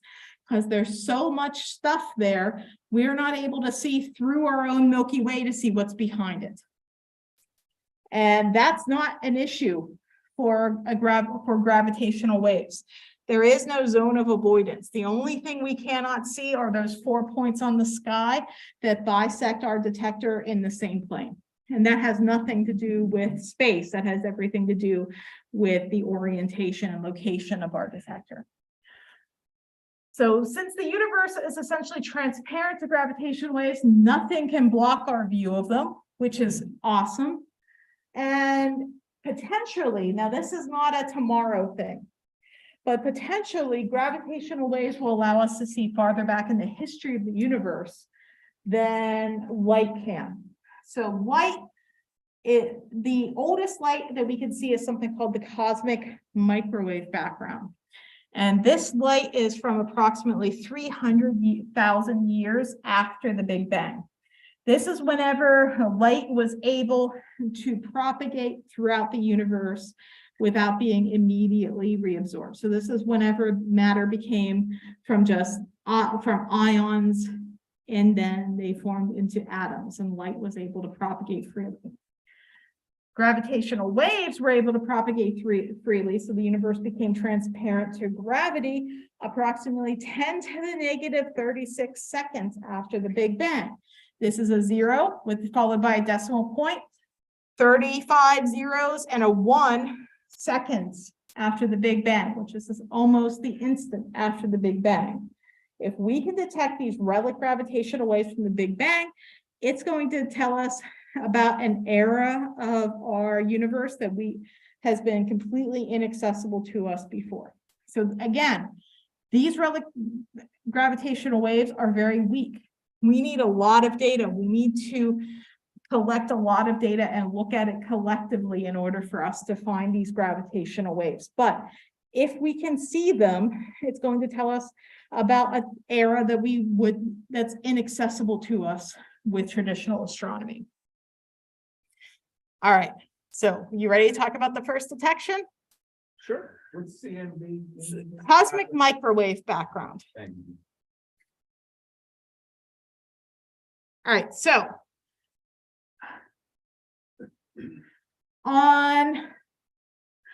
just wanted to make sure I got my date right on this. September 14th at, I had my time wrong whenever I quoted this earlier, at 4:51 Central Daylight Time. So this was 10 minutes before 5 in the morning in Louisiana time. There was a gravitational wave that was recorded. Remember, this is the first day that we've turned on our new upgraded detector and said, this is good data. We can use it for science. That morning, this is the signal that came through at the LIGO Livingston Observatory. Now, mind you, I wasn't actually there. This was 10 till 5 in the morning. I wanted to go into astronomy because I am not a morning person. I am a night owl. And lo and behold, I end up going into a form of astronomy that it doesn't matter if it's day or night out. But still, I can assure you, I actually know for sure, I was at home in bed when this happened. Okay. So a fraction of a second later, there is a signal in the Hanford Observatory. That's this orange curve. And our data analyses, we have a specific kind of data analysis that looks for these binary systems like neutron stars going around each other or black holes. Gravitation of general relativity has predictions of what these gravitational waves should look like.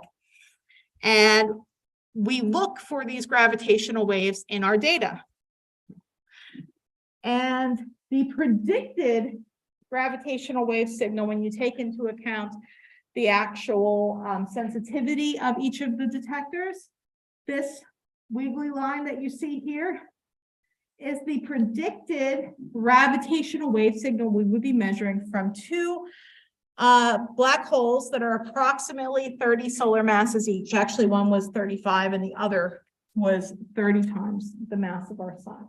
And you can see both of these signals, so this is the Hanford signal, underneath this, it's actually very hard to see because the predicted signal matches up so well with this.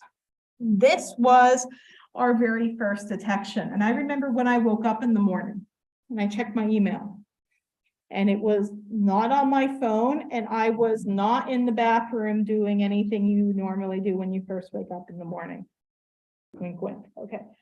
So whenever I was reading my email in the morning, there was this huge email thread because our European colleagues happened to be up whenever this was happening. This is well into mid-morning and afternoon for them. And so they've been talking about this while we were sleeping. And there was a huge email thread. And everybody's super excited. But then we all have this memory before we had our upgrades done, the higher ups in LIGO actually put in a fake gravitational wave to see if our data analysis methods were up to the task of finding it. And they didn't tell us that they did it, even after we found it. And we went to them and said, hey, boss, did you do this? Were you looking for this? And they're like, I have no idea what you're talking about. And so we went through the process of writing a paper. We even had a meeting where we went through all of the evidence to support that this was a gravitational wave signal if it was not actually put there by the higher ups. And we had a vote, and the LIGO collaboration had a unanimous vote in order to publish that paper if it turned out not to be something called a blind injection. It's kind of like whenever you see those medical trials and some people don't actually get a placebo instead of the real medication. This was essentially the placebo. It was a signal that was injected into our data to see if we could find it. And we voted unanimously that this wasn't essentially a placebo. We would publish this. I can't stress to you enough how amazing it was to get a unanimous vote out of a bunch of very, very opinionated scientists. The evidence was that strong. We almost never agree on anything, at least unanimously. Whenever, after the vote, they did reveal that this indeed was a placebo signal. But it proved to us that our data analysis methods were good enough to find it. And not only were they good enough to find it, but we were good enough astronomers that we were able to tell the higher ups what signal they had simulated. We were able to tell them what they were trying to put in our detectors. Not only could we find it, we could do science with it. But we remembered this. And so we started saying, before we get super excited about all this, remember what they did to us before?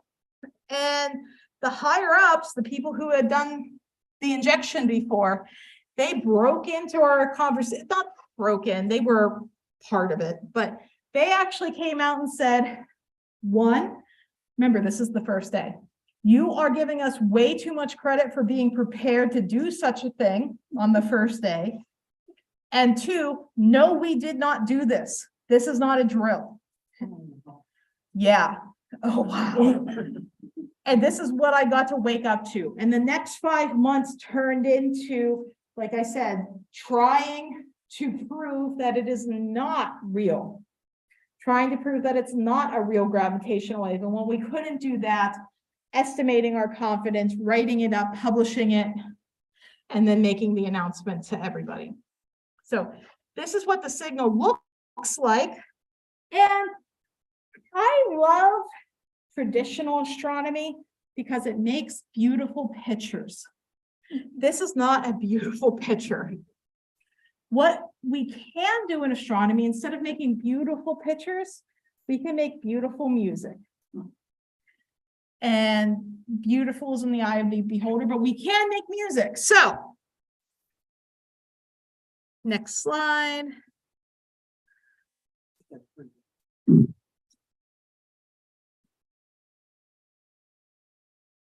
So what you just heard, that sound, that's the background noise that's always being measured in LIGO. Remember how I said we're incredibly sensitive to essentially everything that goes bump around us?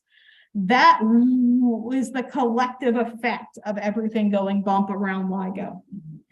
And what you see on this graph is on this axis, we're saying what frequency of sound we're hearing.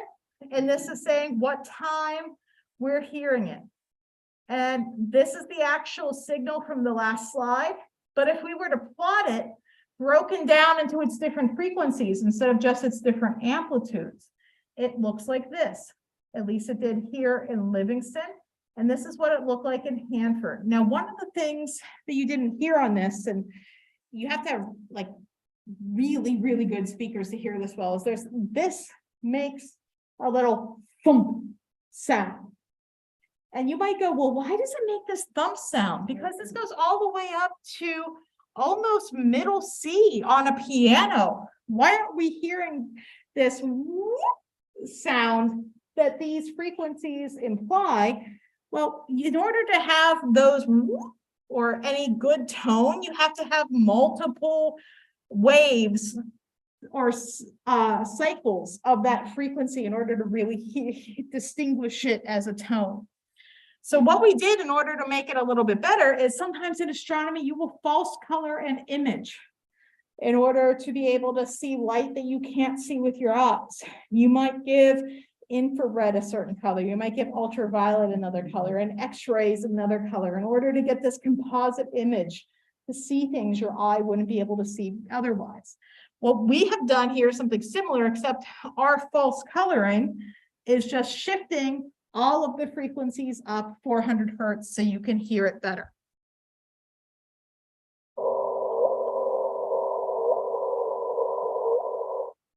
So this was played 3 times over. That's why you heard 3.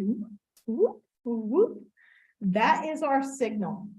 That is our beautiful music that is accompanying the astronomy that traditional astronomers get with electromagnetic images. So if we could see this, and I mentioned before, these are 2 black holes. One's about 35 times the mass of our sun. The other is about 30 times the mass of our sun. They're orbiting each other very quickly, and then they're merging to make a black hole that's about 60 times the mass of our sun. What would this look like if we had been far enough away not to get spaghettified, like I mentioned before? So gravitational lensing came up before, so you can't see black holes. That's why they're called black holes. But the effect that black hole has is it will cause light to bend around it and cause gravitational lensing. And that is what you're seeing in this simulation here, is our 2 black holes that created the gravitational wave signal. They go around each other. This is slowed down, by the way. They go around each other. And as they go around each other, they're warping space-time so that the path that the light takes from behind it, which is this image of a galaxy, is being distorted. And then you see the black hole actually form. And one of my favorite details about this, let me rewind this a little bit. One of my favorite details about this, okay,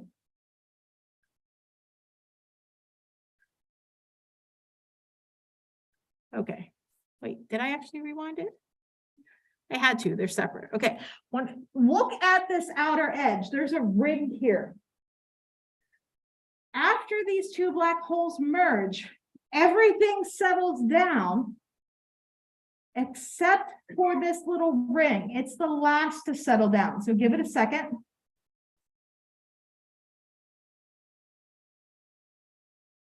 So they're merge, and you can see in this ring, there's still some stars wobbling around.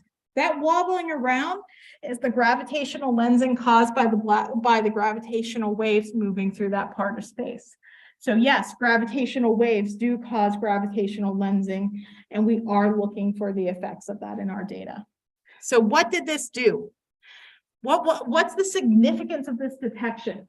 So this whole signal that we saw was approximately 0.2 seconds long. So 1/5 of a second changed everything.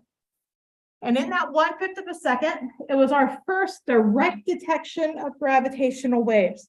The first time we have measured gravitational waves affecting us, not seeing its effect on space. We've actually had evidence of gravitational waves by seeing the effect that it has in space on other things.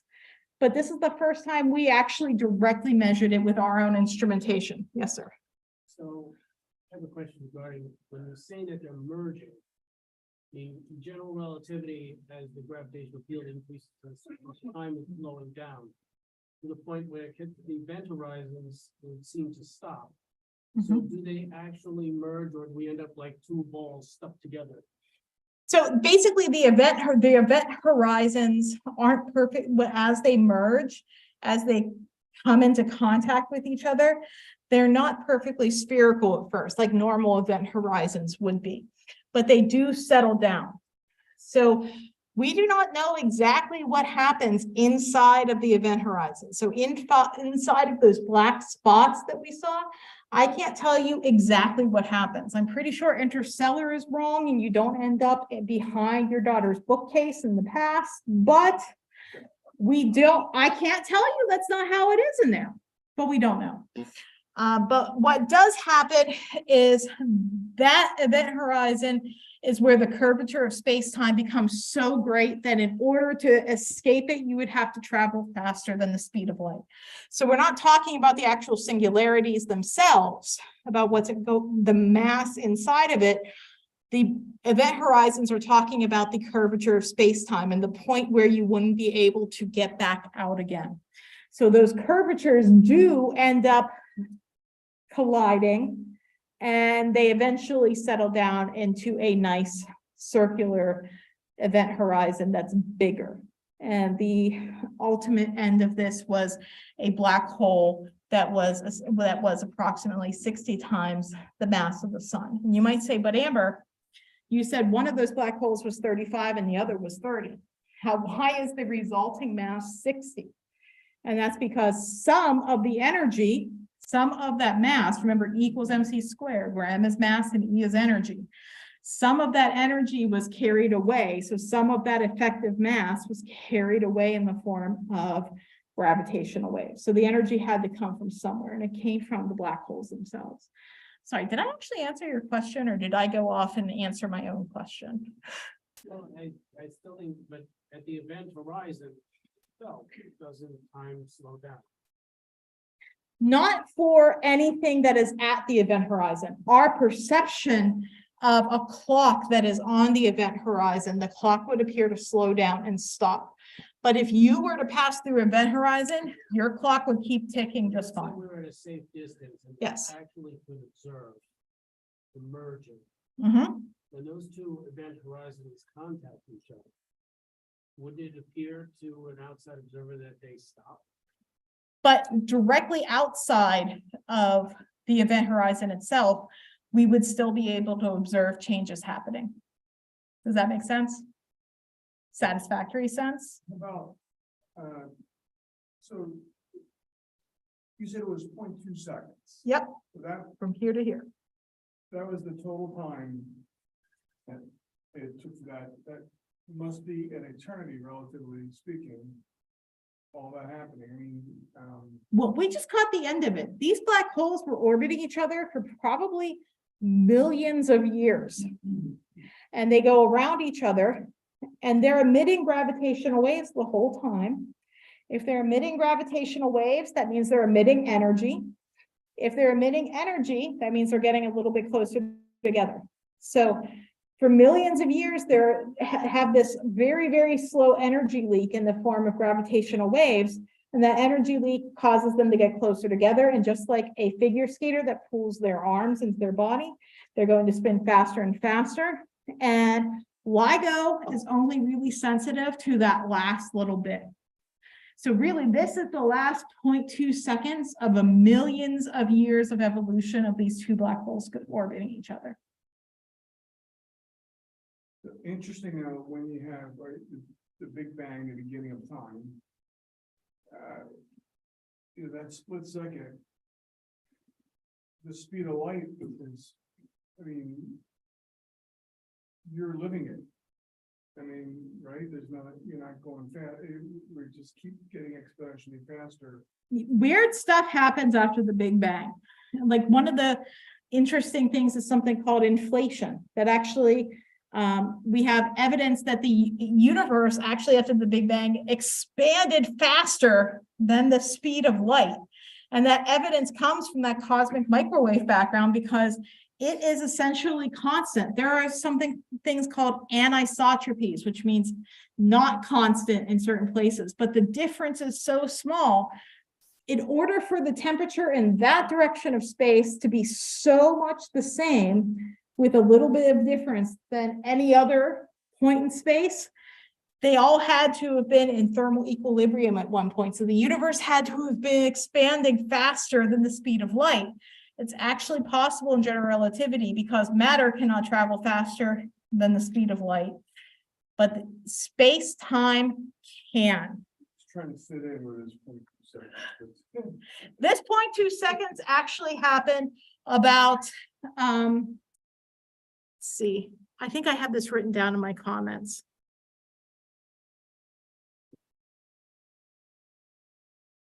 So I'm looking up how far away these two things were because I don't remember that off the top of my head anymore, but it was millions of years ago. I do remember whenever I was talking to the public mentioning that these two black holes actually collided whenever multicellular life was just beginning to form on Earth. So that's how far back in time is whenever you calculate the distance away these black holes were. So that is how much time that those gravitational waves were traveling and when in the history of the universe this happened. So really in the history of the universe, it was not that long ago. But yeah, it's still fascinating. Yes. Question, but let's say we were much closer than the Earth and this gravitational wave passed through it, but it wasn't so strong that it was in the spaghetti. How would you perceive that? So that's actually one of the questions we got asked a lot, and we have lots of interesting answers to it. Depending on where you are, you might have been able to hear it because the gravitational wave would have compressed and stretched your eardrums enough, so you would have had this physiological response to your eardrums being affected by the gravitational wave. You'd have to be very, very close in order to experience spaghettification, and still uncomfortably close. I'm talking about like less than the size of our solar system type close. Distorting the sense of distance. These are also happening this is happening fairly quickly. So at the end here, this is going at about the frequency of the wave towards the end. It's about 500 cycles a second. So the period that's happening is 1/500. And so it'd be a little bit hard for you to actually have perceive any sort of very small changes on that time scale. Yes. It was actually approximately 3, but close enough. Still a lot of energy. Yes. Is that all that energy in gravitational waves, or was it? Gravitational waves. There was nothing in the general vicinity in order to dissipate that energy in the form of friction and heat. The normal way before gravitational waves that we observe black holes, because that's the next thing I have on here, is this is the first direct observation of black holes. Is the normal way we knew about black holes is how they affected matter near them. For example, whenever matter is spiraling into the black hole, it gets compressed. Friction causes it to rub together, it heats up, and it emits X-rays. And that's our normal way of detecting black holes before gravitational waves. Because these black holes were going around each other, like I said, for millions and millions of years, they actually cleaned out the space beside them, the space around them. There wasn't matter in order to dissipate energy in ways such as thermal through friction and things like that. So we believe that all of that energy was dissipated in gravitational waves. It's continuing to propagate out through the universe. So like that pond example, the amplitude gets lower and lower, but if you add up all of the energy in the ring that is the wave in the pond, it equals the original energy. So this gravitational wave that passed by us in 2015 is still propagating through space. There might be aliens who happen to have detectors like we do, who are measuring the exact same gravitational wave, possibly right now. Probably not though, but I don't know that. And that's kind of exciting. What I think is super exciting, as I mentioned before, that this system merged, this gravitational wave was created when multicellular life was just starting on Earth. And then this was also detected by LIGO on the first day that our detector was turned on. So we just happened to evolve and develop the technology and turn that technology on at just the right instant in order to catch it. That is super cool. Yes. As the amplitude gets smaller and smaller, then is that a function of the distance of the event from us? Yes. So the mathematical way that the amplitude decreases in size is 1 over the distance, because it's an amplitude. If we were talking about force, so if you remember going back into physics and learning about universal gravitation, there's a 1 over r squared in the universal gravitation, then that you would still have the 1 over r squared. The force goes down as 1 over r squared, or 1 over the distance squared.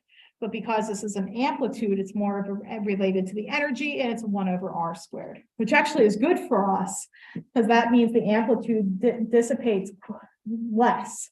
If it was 1 over r squared, we would probably still be looking for gravitational waves because nothing close enough has happened.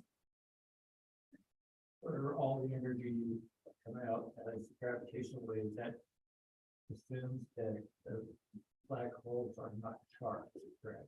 Yes.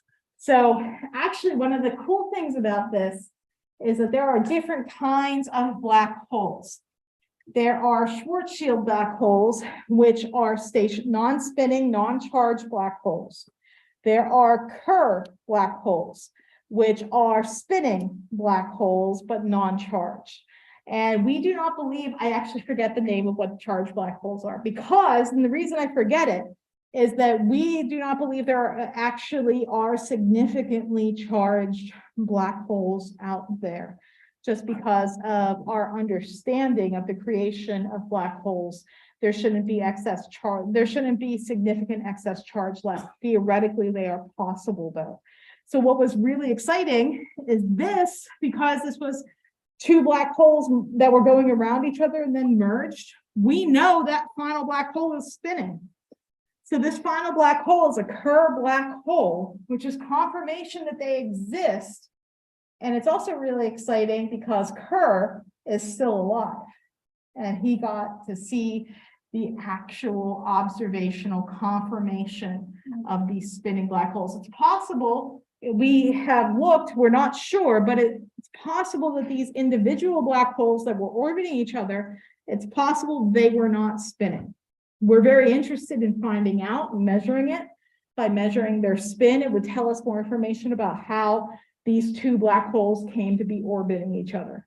So how did this binary system form? Where did it come from? But our measurements so far are consistent with 0. 0 is within our error bars, essentially, of our measurement of the spin of our individual black holes. So we don't know that it's possible that neither one of the original black holes were spinning, but we know for sure the resultant black hole is. And so this is a Kerr black hole that came out of it.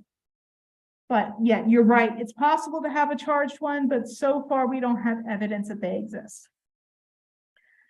And then going on, this is also at the time, the observation of the largest known stellar mass black hole. So it was more than 25 times this mass of our sun. At the time, all of our stellar mass black holes, stellar mass means not supermassive black holes like the ones at the center of galaxies.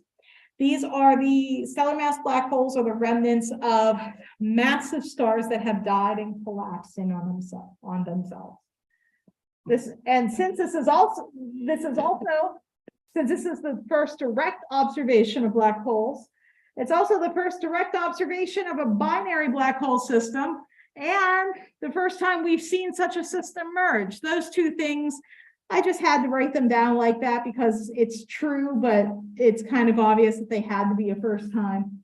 We also were able to test general relativity in strong field conditions. That means strong gravitational field conditions, which are extremely hard things to do. We cannot do them in the lab. You would need basically to be able to make a black hole in your lab in order to test how general relativity works very, very near to the black hole. We cannot do that. And this was also the very first observation in a new field called gravitational wave astronomy. So that's our first detection, and it is 9:45. So what I'm going to do, oh, we also won the Nobel Prize for this. No big. I didn't, because it can only go to 3 living people, but the 3 founders of LIGO did. One of the cool things that happened, though, is I was able to get some recognition for this because there's something called the Breakthrough Prize, and this is actually televised. They call it the Oscars of Science, I've heard it called before. And the whole collaboration of LIGO, so everybody whose name was on this detection paper, was awarded a special breakthrough prize in fundamental physics in 2017 or 16, I forget exactly which one. So that was really cool because not only did I get my name on a cool little certificate, I have a medal, but I also got my share of a $3 million prize. Don't get too excited. $1 million went to the top 3 people, the founders, basically the Nobel Prize people. And then the $2 million was split evenly between the approximate 1,000 names that were on the paper. So I did it, but I still got a check. That was amazing. What's the medal look like? It's about this big. The Breakthrough Prize looks like a little spherical tornado or hurricane, if you've ever seen it on TV. And it's just a little, it's not like a gold medal from the Olympics or a silver medal. I think it's just generic medal, but I keep it. It's really cool. And yeah, I'm quite proud of it. Okay, so I'm going to skip a bit.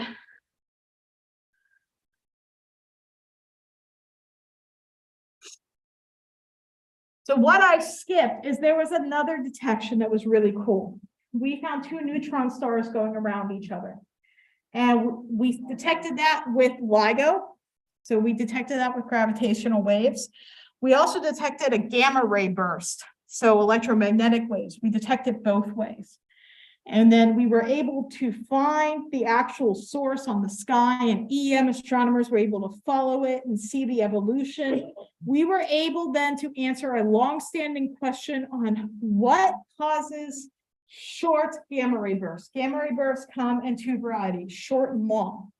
Long gamma ray bursts, we have experimental evidence that shows, observational evidence, that shows that whenever a star explodes and then collapses into a black hole, that it can create a long gamma ray burst.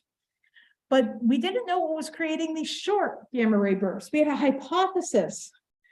Theory predicted that 2 neutron stars going around each other could do it, but we didn't have any observations to back it up. With LIGO, we were able to, the EM astronomers were able to say, this is a short gamma ray burst, and the EM astronomers were able to tell us, because we're able to detect mass moving around, that these were 2 masses consistent with a neutron star binary system going around each other and merging into one. So this was the observational evidence we needed to support that at least one of the ways you could make a short gamma ray burst was by two neutron stars colliding. So we learned that. I think I have that on here. So gamma ray burst physics. So what are the progenitors? What are the sources of them? What other things were we able to learn? So the traditional astronomers were able to take light, were able to break up the light into its different components, which tells us what the atoms are producing that light, what elements. And we were able to see heavy elements being created. This actually accounts for the abundance of things heavier than iron around us. Before this, we knew that supernova could do this, but there aren't frequent enough supernova in order to account for what we see around us. I don't ever want to call gold plentiful, but astronomically speaking, with what we observe, we should expect to have a lot less around us. With these two neutron stars colliding, we saw tons, lots and lots and lots of heavy elements being created. And this is actually enough and consistent with the abundance of heavy elements around us to account for where those heavy elements came from. So supernova are contributors, but actually a much bigger contributor are two neutron stars going around each other and colliding. We were able to see fundamental physics. So the speed of light, the speed of gravitational waves is consistent with the speed of light to 1 part in 10 to the 15. That means you need to go 15 decimal places in before you get to how unsure we are about the speed of gravitational waves. And it's essentially the speed of light. We were able to make independent measurements of the Hubble constant, so we can measure the expansion of the universe. It has huge error bars on it, but it is consistent with the current understanding of the value of the Hubble constant. And we were also able to study neutron star physics. So how does matter in such extreme densities that happen on neutron stars, how does that matter behave? So that detection that I'm more than happy to answer questions about, but I wanted to get to the last few slides that were actually the new material I brought for you. These are some of the astronomy questions we've been able to answer so far with gravitational waves. So, what are the current status of gravitational wave detection? So, our observing runs on this axis. This is the time in days that we have been observing. This is the cumulative number of events that we have observed. Actually, this is a little bit old because this says 67. I should have dug a little bit hard. I should have actually updated my slide because we are up to 93 events right now. So we're all the way up here, but you can see the distribution in time. You can see what upgrades happened.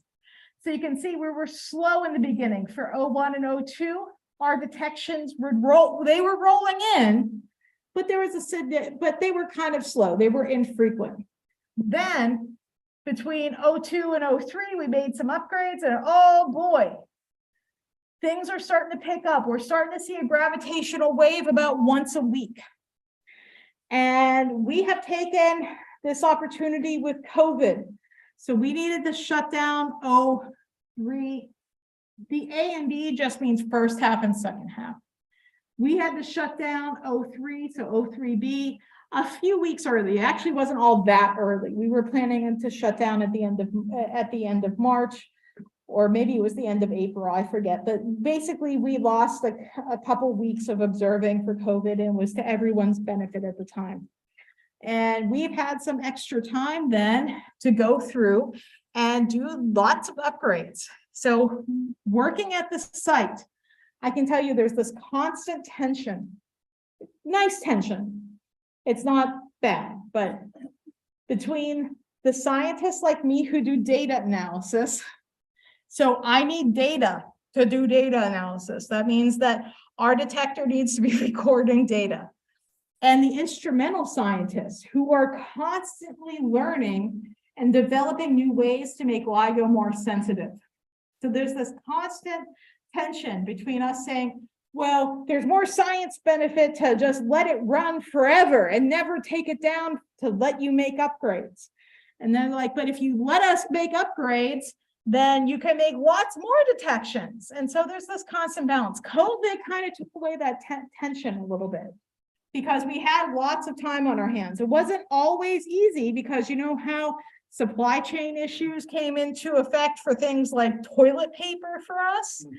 Well, things like high-tech gravitational wave instrumentation and the materials we need for it were also affected. So these upgrades were sometimes a little bit slowed down because of that, but we've had, basically the instrumentalists have had tons of time.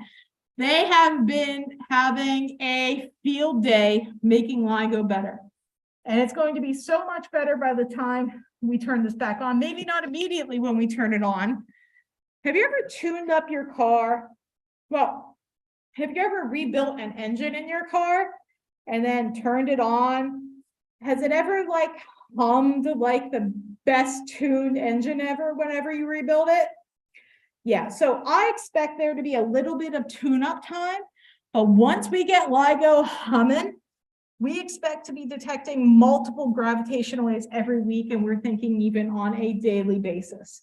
When's the estimated time that you're gonna turn it back on? We intend to start our next observing run, so 04 at the end of May. So I right now am working kind of hard because I've had lots of downtime to do lots of digging into our old data. I need to get ready to do my job. My job changes a little bit whenever we're actually actively collecting data. And this observing run is planned to run for 18 months.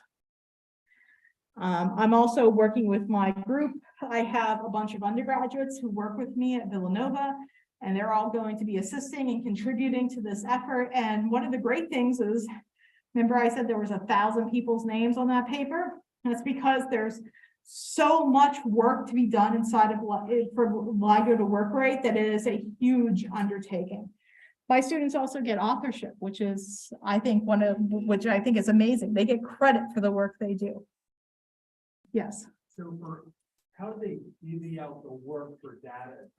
Do they break, is there somebody like a taskmaster who says, this group looks at this or that next group next? Sort of. So it isn't, I'm not assigned a job. Because you don't want to tell somebody that this is your job, but that's not what they're good at. That's not their thing. So you want people who are doing things that they are interested in. What we have to do in the LIGO collaboration every year is that we have to renegotiate with the collaboration exactly what our job is in the collaboration. And this process is called a Memoranda of Understanding, or an MOU. And every year, I have to go through this MOU process where I talk with the leaders of the different subgroups I work with. I specifically work with a group that studies the detector. So the detector characterization, the noise coming out of it. And I also interface with a data analysis group that's looking for those gravitational waves from sources that we either don't know what they're going to look like we don't know what a gravitational wave from a supernova will look like yet. We have hypotheses, but we don't know. So we can't write a data analysis that looks for that. Or I'm also interested in finding sources that we never thought of looking for, the gravitational waves that go bump in the night. So I have to talk with both of those groups. Those leaders say, yes, this is what we need. And then I fill out the information, my memoranda of understanding with the collaboration. Everybody gets together, the higher ups and the leaders tell the higher ups, Amber's doing a good job. She knows how to do this. She'll get it done. And then they stamp my MOU. And that's how it's done. Okay, that's going to bring us to a close here because we're going to near the end. But thank you very much for your presentation. Great. Thank you for having me. Like I said, it's always great to be here. You guys have awesome questions, and most of the time you ask me questions before I even get to do the full introduction, which makes it, whenever I get to that slide, it's much easier. More questions. I'm sure. Why did you come out with this? I can't tonight, but it sounds tempting.